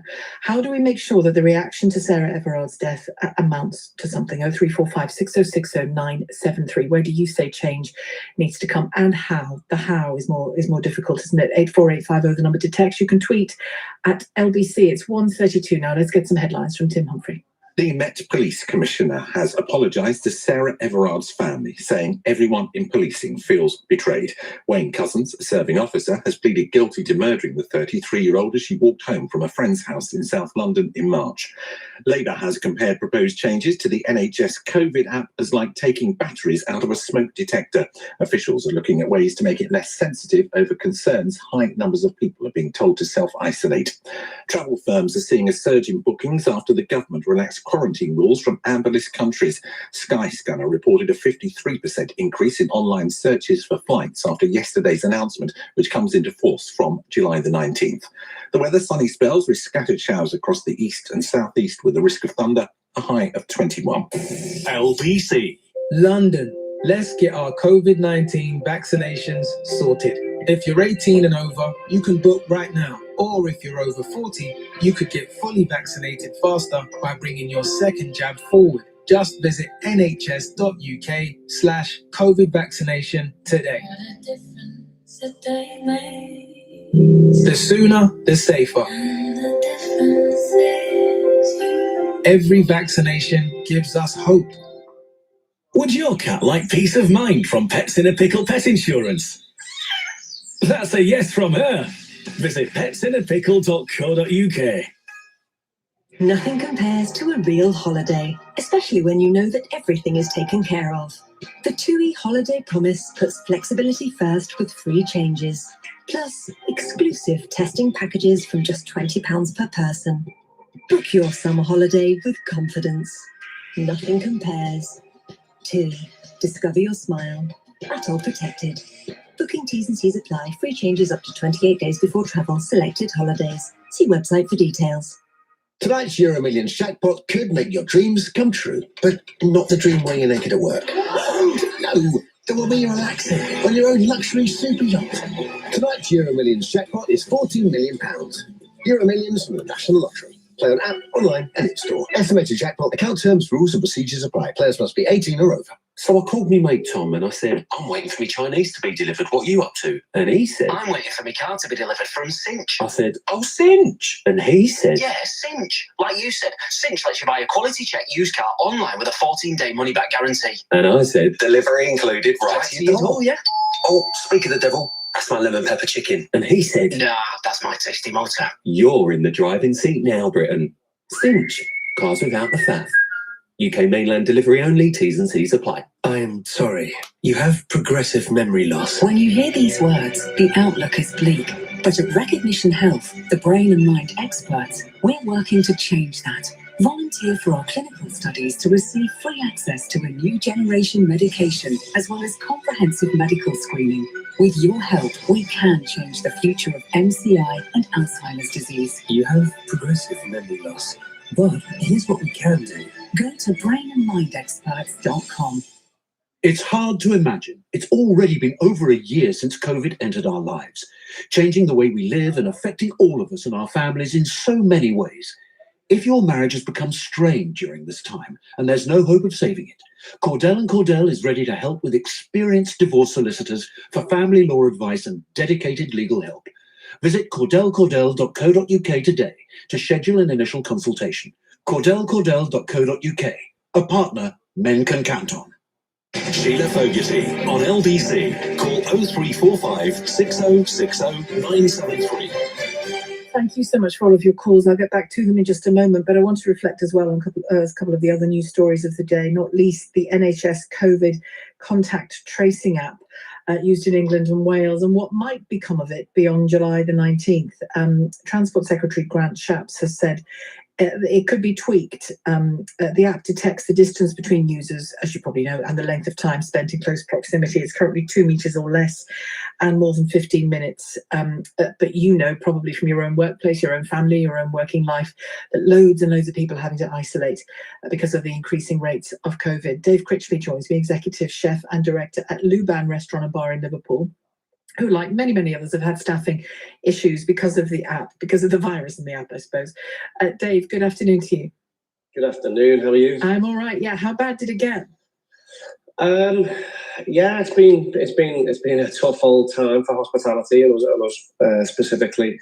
But yeah, recent times, we are probably looking at 4 members of staff down every single shift at the moment with the track and trace app. Out of how many? Out of about 20, so it's a good chunk. It's a sizable number. It's a large percentage. It's pretty tough. So. And not easy to replace either. We're hearing the shortages of people you could. Yeah, I mean it's impossible to replace on such short notice, because obviously the app will ping and that's it. You've got to go home right now, and you could be seconds away from opening the restaurant or right in the middle of a service. It's really difficult, and like you said, it's staff shortages already. And now this is compounding it really badly. There's some talk of the sensitivity of the app being reduced, so there would be fewer instances where somebody was pinged, but also talk of getting rid of that element of it at all, and or not the element, the initial element, but meaning people could get tested every day rather than have to isolate for a chunk of time, whether they're infectious or not.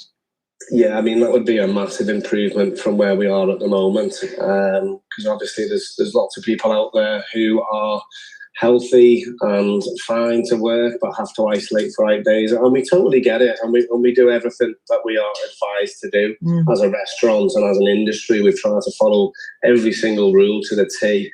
But it is frustrating when we know there's people that are sat at home completely fine, and they're just out of action for 8 days for no reason. So that would be a massive improvement if we could just send our staff off to be tested, even over the space of a few days, test for 3 days and come back to work. That would be a massive help for us. And you've been gearing up, I'm sure, to the 19th, have you? Yes. Yeah, obviously we're looking forward to the 19th. It means we can run our full capacity. It has been difficult. How are you handling that? Are you going to still have? Are you still going to have COVID front and centre in your minds when you? Yes, I think it's going to remain with us for a long time. In terms of, it will always be at the front of our minds. So we're still maintaining distances between tables. Temperature checks are still mandatory and will be mandatory for all the staff when they're coming in. Because obviously COVID is not going to go away after the 19th. It's still around, and we still have to be there. What about customers? Are you going to? I mean, you have the right, I suppose, to ask customers to, follow particular standards in your establishment. Will you? To a degree, yes. I mean, we won't be enforcing anything at all in terms of mask wearing. Obviously, is from the 19th. It's completely. But will you ask people to, for example, to wear a mask when they go to the loo and back? I don't think we're going to be able to from the 19th onwards. We could ask in theory, but I would imagine that most people would tell us that they are not willing to do that anymore. Would they? Who would blame them? Yeah. I'd be willing to do it. Yeah, do you think? I think some people aren't, some people aren't, but we certainly won't be forcing people. No, I understand that you can't force it. I mean, it's barely been enforced even when it was. Yeah, exactly. So we are going to keep our staff following the strict protocols that we've done here, because we think that's best practice and we think that's safe for our staff as well. So that's at the forefront of our minds. Well, I wish you well with it. Thank you very much. Thanks, Dave. Good to talk to you. Maybe come and eat there when I'm next in Liverpool. Thanks a lot, Dave Critchley, Executive Chef and Director at Luban Restaurant and Bar in Liverpool. I'm sure the issues he's facing have been faced many, many times over in lots of different places as well. Let's return to the story today that's emerged late in the morning, that the Metropolitan Police officer Wayne Couzens has admitted to the murder, pleaded guilty to the murder of Sarah Everard in March of this year. Cressida Dick, the Metropolitan Police Chief, has talked about the distress that everybody in policing feels at the fact that a serving Metropolitan Police officer was the perpetrator in this instance. And we've been talking about, I mean, who can forget the reaction to her murder? Who can forget it? But what do we do to make sure it amounts to something? Carly is called from Birmingham. Hello, Carly. Hiya. I just wanted to touch upon how this conversation really centers around toxic masculinity and toxic rape culture. And I say that because a measurement of a man's success is how successful he is at attracting and getting women. Yeah. That's not the same for women. It's not a measurement of our success or our womanliness, whether we can attract men. If we're pretty and we can, that's a plus, but it's not questioned. So when a man gets rejected, that is an attack on his masculinity to a point. There's a saying that men fear women laughing at them, whereas women fear men killing them. Yeah. Yeah. And I think that's central to where a lot of this kind of aggression towards women comes from. I'm young. I go to uni at the moment, and I go to the clubs and I go out to social events. And one of the biggest things that I know I'm going to deal with on every single night I go out is probably an overzealous, obnoxious guy, usually with his friends, probably trying to make a move on me that I don't want. And how often, and you know, somebody making a move is fine, you know, if you know, and we've all been on the receiving end of different types of moves, but how often is the move, obviously if you say no thank you or just no, or you leave or whatever, how often does that turn into something unpleasant? It's honestly, you can never predict it. I've had times where it has turned really unpleasant and I've wanted to get away, or I've even had to pretend that one of my guy friends are my boyfriend in order to be left alone and everything. And sometimes it doesn't turn out as bad, but it's on an edge knife, really. You can never predict which way it's going to go. And one of the biggest fears now coming out of lockdown is that, for girls especially, I think, is... Oh, have we lost you, Carly? I think we've lost Carly's line. A girl's coming out of lockdown. She was about to talk about the fears that they may have socially. Sorry about that, Carly. Keen to hear from men here. It's not a comfortable listen, is it, for men, a conversation like this? Sorry about that, lads, but it's got to be done. But what Carly's just said there is true, isn't it? About a man's value is often attached to how popular he is with women. You know, he's a ladies' man. You don't quite have the same attitude, typically, do you, towards women who are, quote, successful with men? It's not the same. It's not the same culture, and it is inevitable. It's not going to be one thing. It's not going to be one thing, except in extreme cases. Everybody's growing up in a culture that it's affected by. We're all affected by the culture that we grow up in. So what do we do to make sure that some kind of change happens so that women like Carly, like all of us, don't have to have our physical safety and our emotional safety actually as well at the forefront of our minds so often? 0345 6060 973, the number to call. You can text 84850 or tweet at LBC. It's 1:45.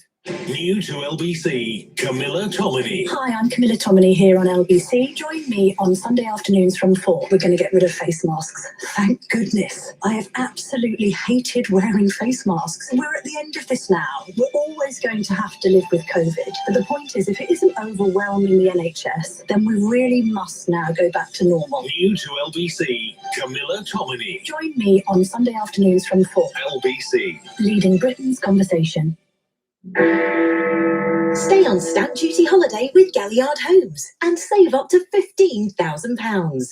We've extended the stamp duty holiday on homes right across the capital until January the 1st, 2022. London apartments from just £250,000 that qualify for a Help to Buy mortgage with just a 5% deposit. All come fully furnished free of charge with ground rent and service charge paid for 1 year. Book to view virtually or by appointment by calling 0203 770 6300. That's 0203 770 6300. Or visit galliardhomes.com. That's galliardhomes.com. Stamp duty holiday applies on the first £500,000 of any new purchase. Help to Buy applies on units up to £600,000. If you want to make the most of smart working, then here's a desk that'll work for you. From My Smart Desk. It adjusts to sitting or standing positions at the touch of a button. And now includes built-in USB-C and wireless smartphone charge points. Pre-order with £100 off for just £349, including free delivery from mysmartdesk.co.uk. And make smart working work for you. London, let's get our COVID-19 vaccinations sorted.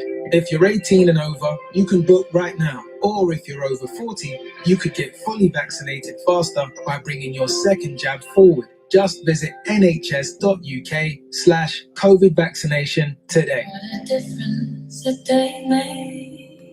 The sooner, the safer. Every vaccination gives us hope. Get ahead for GCSEs and A-levels with Justin Craig. Justin Craig Summer School, centre and online group tuition courses offer students an opportunity to catch up and build confidence for their new academic year. For current years 10 to 12, our summer school courses are an excellent mix of learning and fun. A one-to-one format is also available throughout the year with Justin Craig's private tuition. With over 40 years' experience, Justin Craig has helped more than 100,000 students. Visit justincraig.ac.uk. When you own a small business, whether you're an IT consultant or selling flowers, your tech is your lifeline. Oh no! Sorry, we lost you. You there? Great.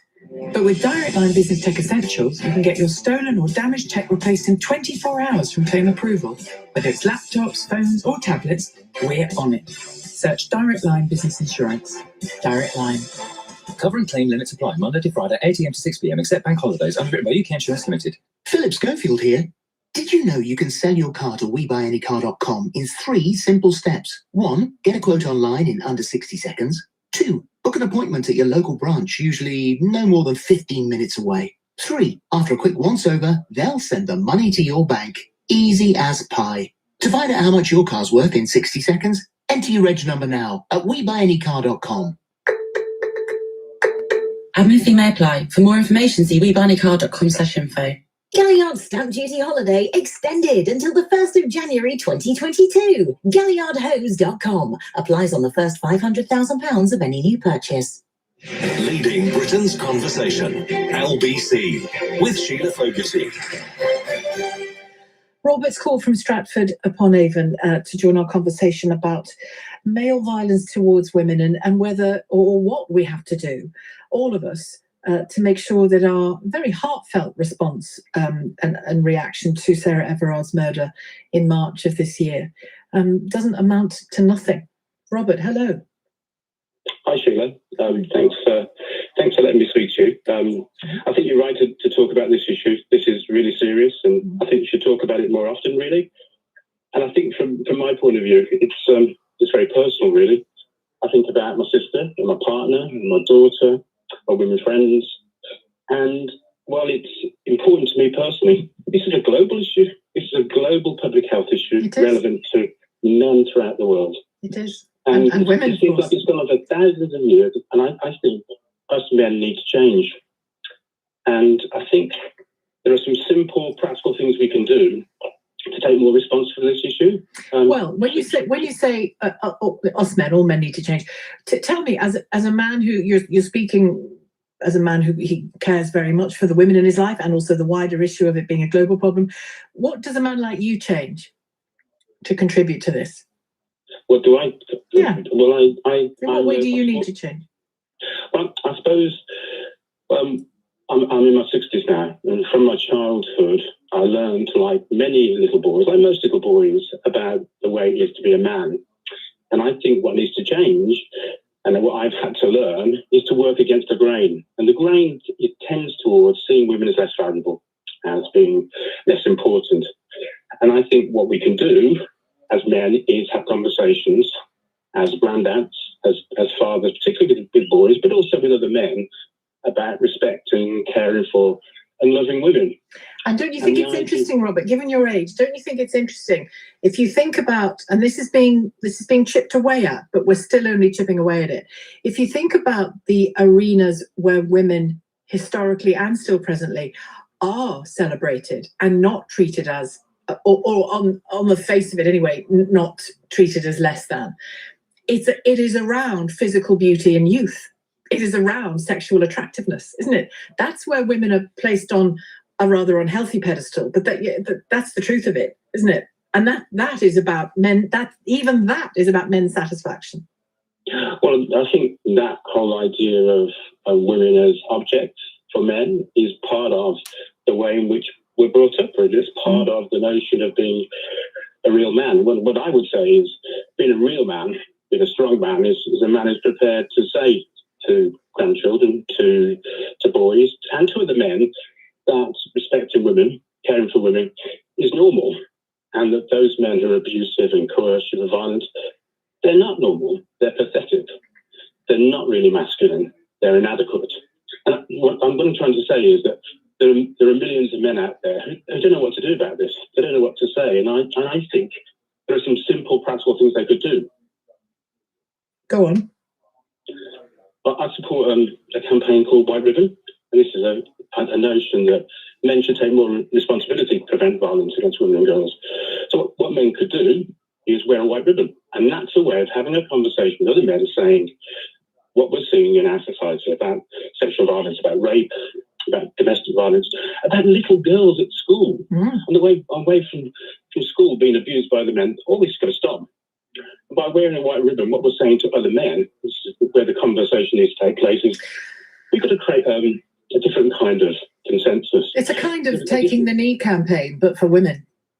Well, I think it's about recognising that, you know, we can't play a leading role in terms of domestic violence or injuries and rape. But what we can do is change other men who see themselves as normal, see themselves as ordinary, and they may be really scared about this issue because it's awful, isn't it? It's terrible. Well, it is, and I think you raise it's a good idea, and it's an interesting point, Robert, because, you know, we were talking the other day about curb crawling being not in and of itself being illegal, even if you're curb crawling and shouting out to a child, you know, a teenage girl or a child. It happened to me when I was 10. There was no shouting; it was just curb crawling and sort of following and weirdness.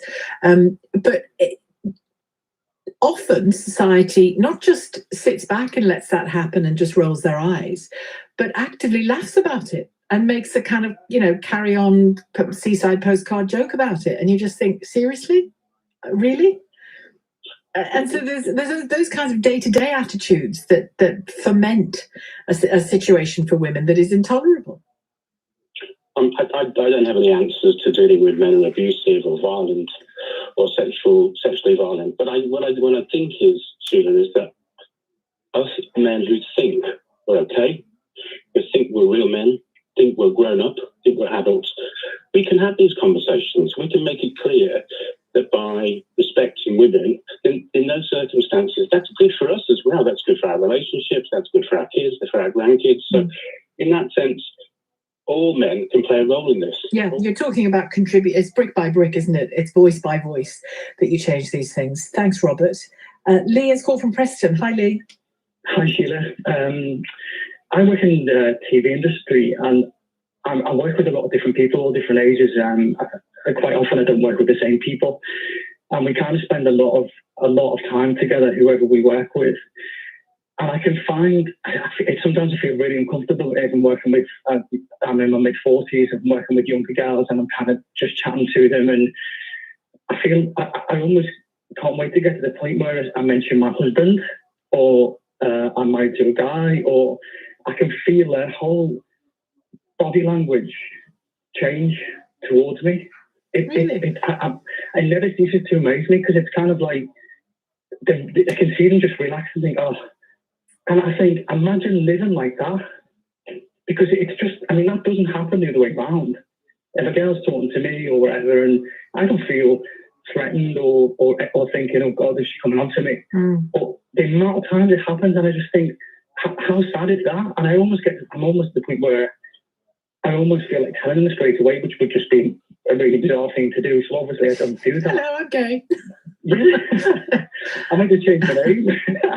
But I've noticed it for a long time. Like as I say, because I'm closer to 50 than 40, and some of these girls. I mean, it happens with all ages. Don't get me wrong, but you can feel their kind of.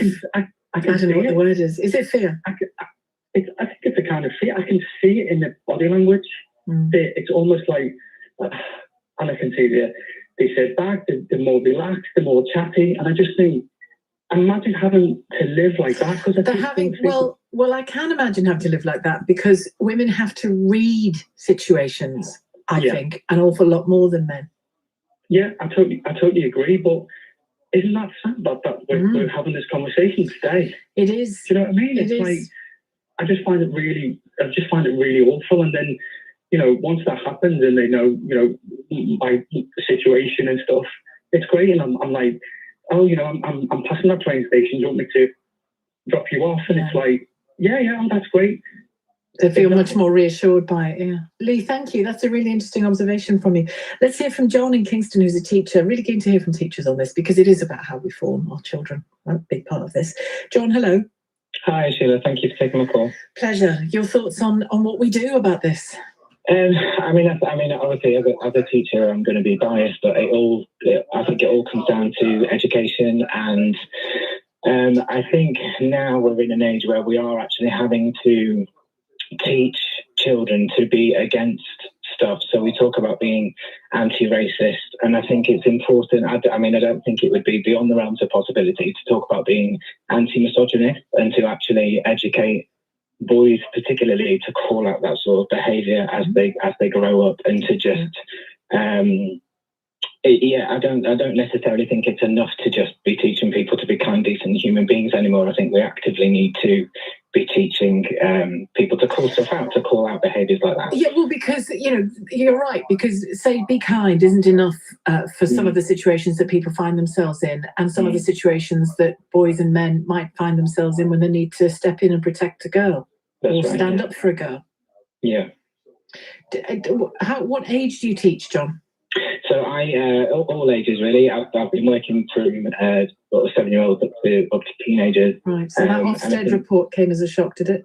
Yeah. Well, sadly no. I think it breaks my heart every single time it comes up because it makes you think, why aren't things changing? And I think it really came to the fore for me when the Me Too movement started, and the number of my female friends who sort of shared the hashtag and shared their stories, and it absolutely broke my heart because I had no idea. No, I know. Well, I had to think back to mine, and they came thick and fast when I did. But yeah, I know what you mean, John. Thanks very much indeed, John in Kingston. We're going to keep talking about this after the news. Joan Smith joins me, journalist and campaigner, independent chair of the Mayor of London's Violence Against Women and Girls Board. Your calls, just as important. On your radio, on Global Player, and Play LBC. leading Britain's conversation. This is LBC. From Global's newsroom at 2 o'clock, the Metropolitan Police officer charged with killing Sarah Everard has pleaded guilty to her murder.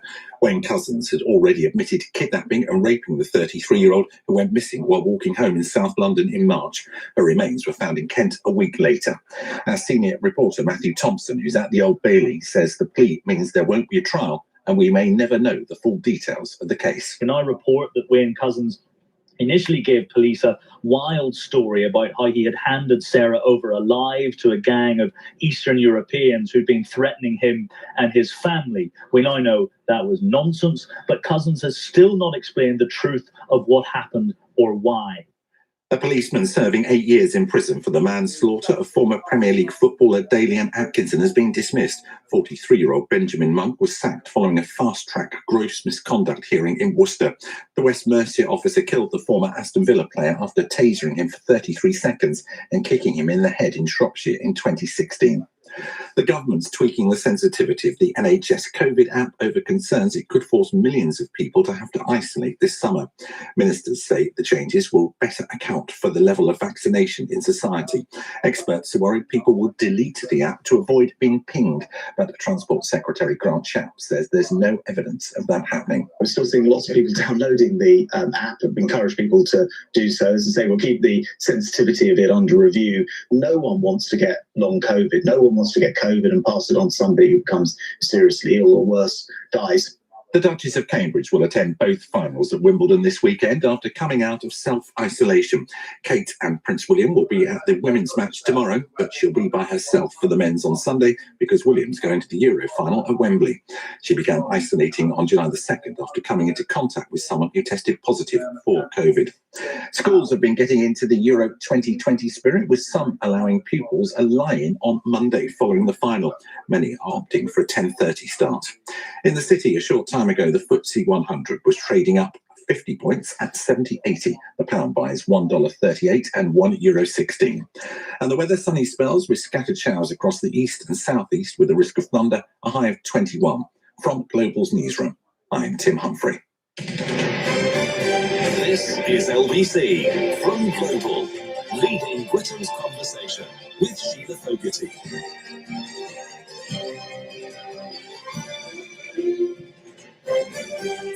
Hello, good afternoon to you. The expression small mercies, be grateful for small mercies, was, I suppose, made for moments like this. Sarah Everard's family won't have to endure a trial into her murder because the Metropolitan Police officer Wayne Couzens has pleaded guilty to murdering Sarah Everard in March of this year. He snatched her as she walked home from a friend's house in Clapham, driving her away in a car that he had hired just for the day, so just for that purpose. Her body was found a week later in Woodland near Ashford in Kent, just metres from land owned by Wayne Couzens. She had been raped and strangled. He will be sentenced at the Old Bailey on the 29th of September. What I want to know from you, given the reaction, the very powerful reaction to the murder. Sorry about that. A call I didn't need. I hope you didn't hear it. But anyway then, gents, it's been an absolute phenomenal 2-hour show. I was in here for about an hour. I was on the phone arguing with Jack and Jill. They're trying to get me a 9 till 5 while I'm trying to pursue supporting my children. How can I don't know what situation my kids were in, but I know what situation my kids were in a Jekyll and Hyde situation. You've got the procurement of the UK that you see 7 days a week here. I work harder than a sitting advisor. If I speak to 1,000 occupants a day, and some of the stuff is very relevant to what I say. I went to sitting advice, right? I want to see my children. How do I go about it? Need to see I'm 100 for them. Well, fucking I really knew that, you knob. And they give me a food bank voucher. Give me a food bank voucher. So that they see about 5 occupants a day. So they give me a food bank voucher, usher me out the door to the next person. They don't actually help you. What's the point of sitting? I'm just as much as sitting advisor. If your name ain't father or mother, you just kind of out of a bit of situationship. Man goes homeless 9 times out of 10. There's more homelessness than there is in women, isn't there? There's more suicides in men than there is women because the homelessness men. They go for a break-up relationship. The woman takes the kid, no disrespect to women. So you're sitting there in fucking jeopardy, trying to get help off a sitting advice. I'm going to swear now because it's my show. I'm angry at the world. The things I do for the world, supporting NHS, the police, things that I've been through, and I've been let down as well, but I still support these professionals. They're supposed to be professionals, not always. But it's about time we have some injustice I want to have one up the people. Why are they supporting narcotic abusers with mental health? He gets pipped, he sniffs a shed load of cocaine a week, he gets mental health. But the person with mental health, trying to give the procurement to the idiots in the world to make change and better themselves, they're not going to support. The one that's had his head tramped over, one that's been in a boxing ring with brain damage, supporting another kid with brain damage, they're not going to go and support financially. He's going to let him eat baked beans and toast for the rest of his life. It makes me mad, I swear to God. Yeah, all these idiots on the England game causing more criminology, been furloughed off work, getting all the support for the government. But the man that's working alongside the government is getting jack all. And they're still letting Jack and I bring up children in this world. I'm not saying my children, there's loads of mothers like it. Loads of single mothers sitting on Plenty of Fish, sitting on other dating sites, flashing their boobs at other men while the kids in bed, drinking, smoking dope. And the government supporting them. Fuck me. Sorry, ladies and gents, but this is reality. I've worked in food bank and seen people coming in here with no teeth. Can I have some food? Yeah, because I spent it on my gyro on crack. Well, I've got on my tooth. Look, not one bit of crack, not one bit of dentist treatment for about 20 years. When I was 21, the only bit of dentist treatment I had is a cricket bat in my teeth. All my teeth kicked out. Yeah, all chipped. And my nose busted. My nose literally hanging off my face over here. But I'm not a World War II veteran. I think it hit hard enough. I hit with a hammer, cricket bat or baseball bat, whatever it was. I was in a coma for 2 weeks. But you ain't got mental health. You are fine. You can go work in an office with a load of normal dickheads that go piss on the weekend like a bunch of dibs. Are you for real? Mate, what is this world coming to? This is England. I thought England was great. This is where all the asylum seekers come and live for fuck all. And rob shops. Then they get put on the fucking gyro and support. And sell drugs to the young kids. Mate, it's a monstrosity of a world, I swear to God. I can't believe I was having a lovely conversation. I talked someone to absolutely, all polite on the phone. Oh man, drive me mad. What does go for these people's intelligence? I do not know. Media studies has been my thing. It's been my bread and butter since 1996. Broadsheet newspaper, tabloid newspaper, history and politics. We're going to send this man to go work in Tesco's, to pack some chips down the freezer, to pack some peas and carrots. Come on, mate. You're not going to send that astronaut to go and work on a docking station, are you? Peanut. Anyway, thank you all, ladies and gents. I've been studying politics for long enough.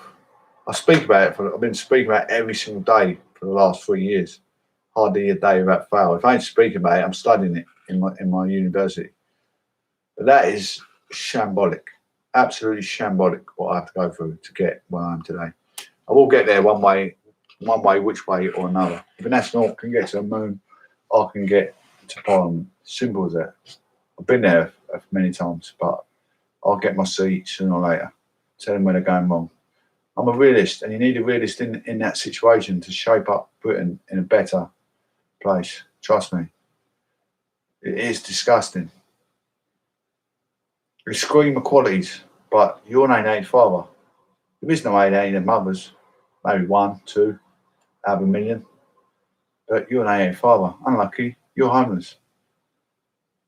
Today, Mr. Manaman, your wife, although she's on heroin and crack cocaine, is taking up your 3 loving children, or your 2 children, or your 1 child.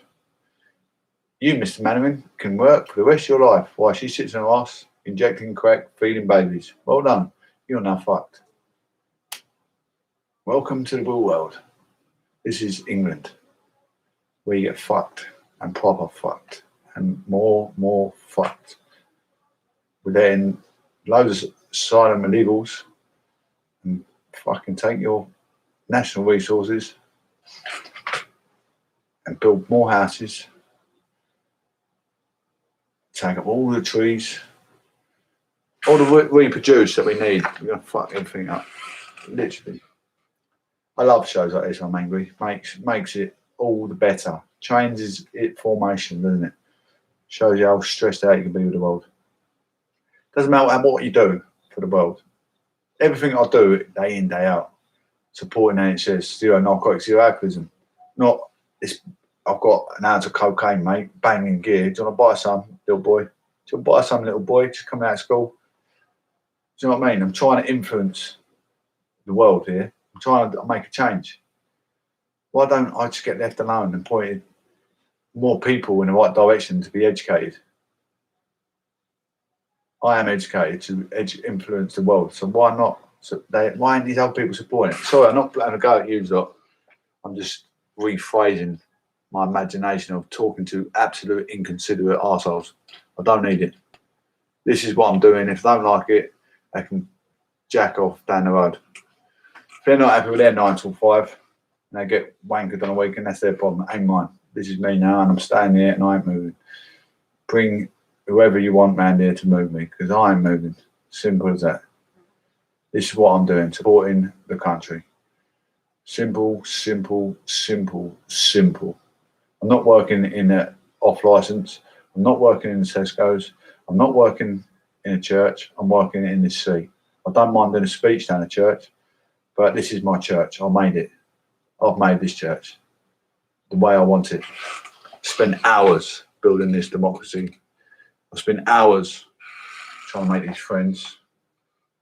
I don't want to pass these cognitive skills on. If people don't listen to me, that's their problem. That's their problem. If they want to go and break the law and do something stupid, it's up to them. If a church wants me to go in there and make a speech to the youth of today and influence youth of today, I will. Or in a school, ask me to influence younger youth of today, I will. But this is me. That is it, and that is final. I'm not getting involved in any nightclubs, pubs, nothing like that. I don't care about anyone that goes in the pub. I don't care about any social circles that drink or whatever. No disrespect. It's not my cup of tea. And I've got saliva hanging around my mouth and talking and not thinking about swallowing. Shaken, not stirred. This is me. And I love it. I've been through enough in life. More than enough. When I say enough, enough is enough. People taking piss. The white piss out of me. If you've got evidence that shows you've had a hammer smashed around your head and your nose hanging off your face and had your two cheeks rebuilt, and every time you look at yourself, not only in the mirror, but in the reflection on the computer screen, you see your nose where your nose is rebuilt and your nostril ain't gone back to normal. It looks wonky and stuck with the rest of life. I've had enough. Should I have to be a public servant to get risked by getting hurt by the public again? Or the risk of me hurting someone in the public again? No. Look what happened with Chris Eubank. That Watson, he thought. He's now in a wheelchair for the rest of his life. If I don't get the treatment I need in my feet and in my back, I could be in a wheelchair for the rest of my life. So I'm staying here, and that's it. Final. Comprende. Your opinion matters. When you've had enough in life, you've had your final straw of life, you need to say,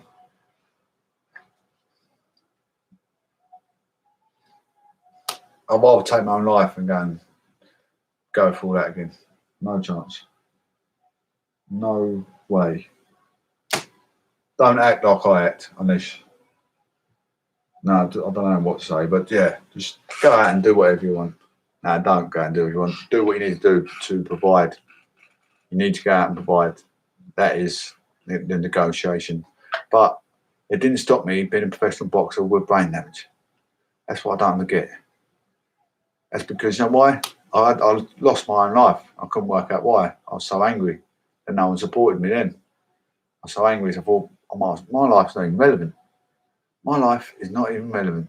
Why don't I take my own life doing professional boxing? You've got sport professionals all watching me knowing I had brain damage. All watching me knowing that half my nose went into my brain. All support me on TV. Even the family I used to box for. All sat there and their fat ass, big fat fucking ass, and watched me. They all sat there. And they all went on holiday with the money. Stuck it all up their fat and fucking nose. Up their fat ass. And now I'm sitting here struggling. Fuck you lot there, if you're watching.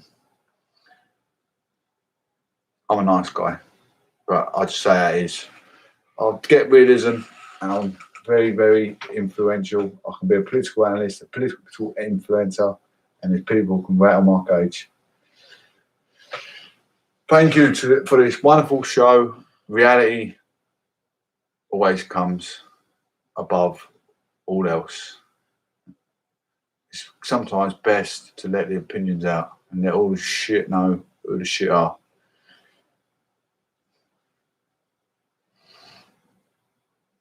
Have a lovely day. It's Proclamation News and Garrett. Take care. One love. Speak soon. And God bless.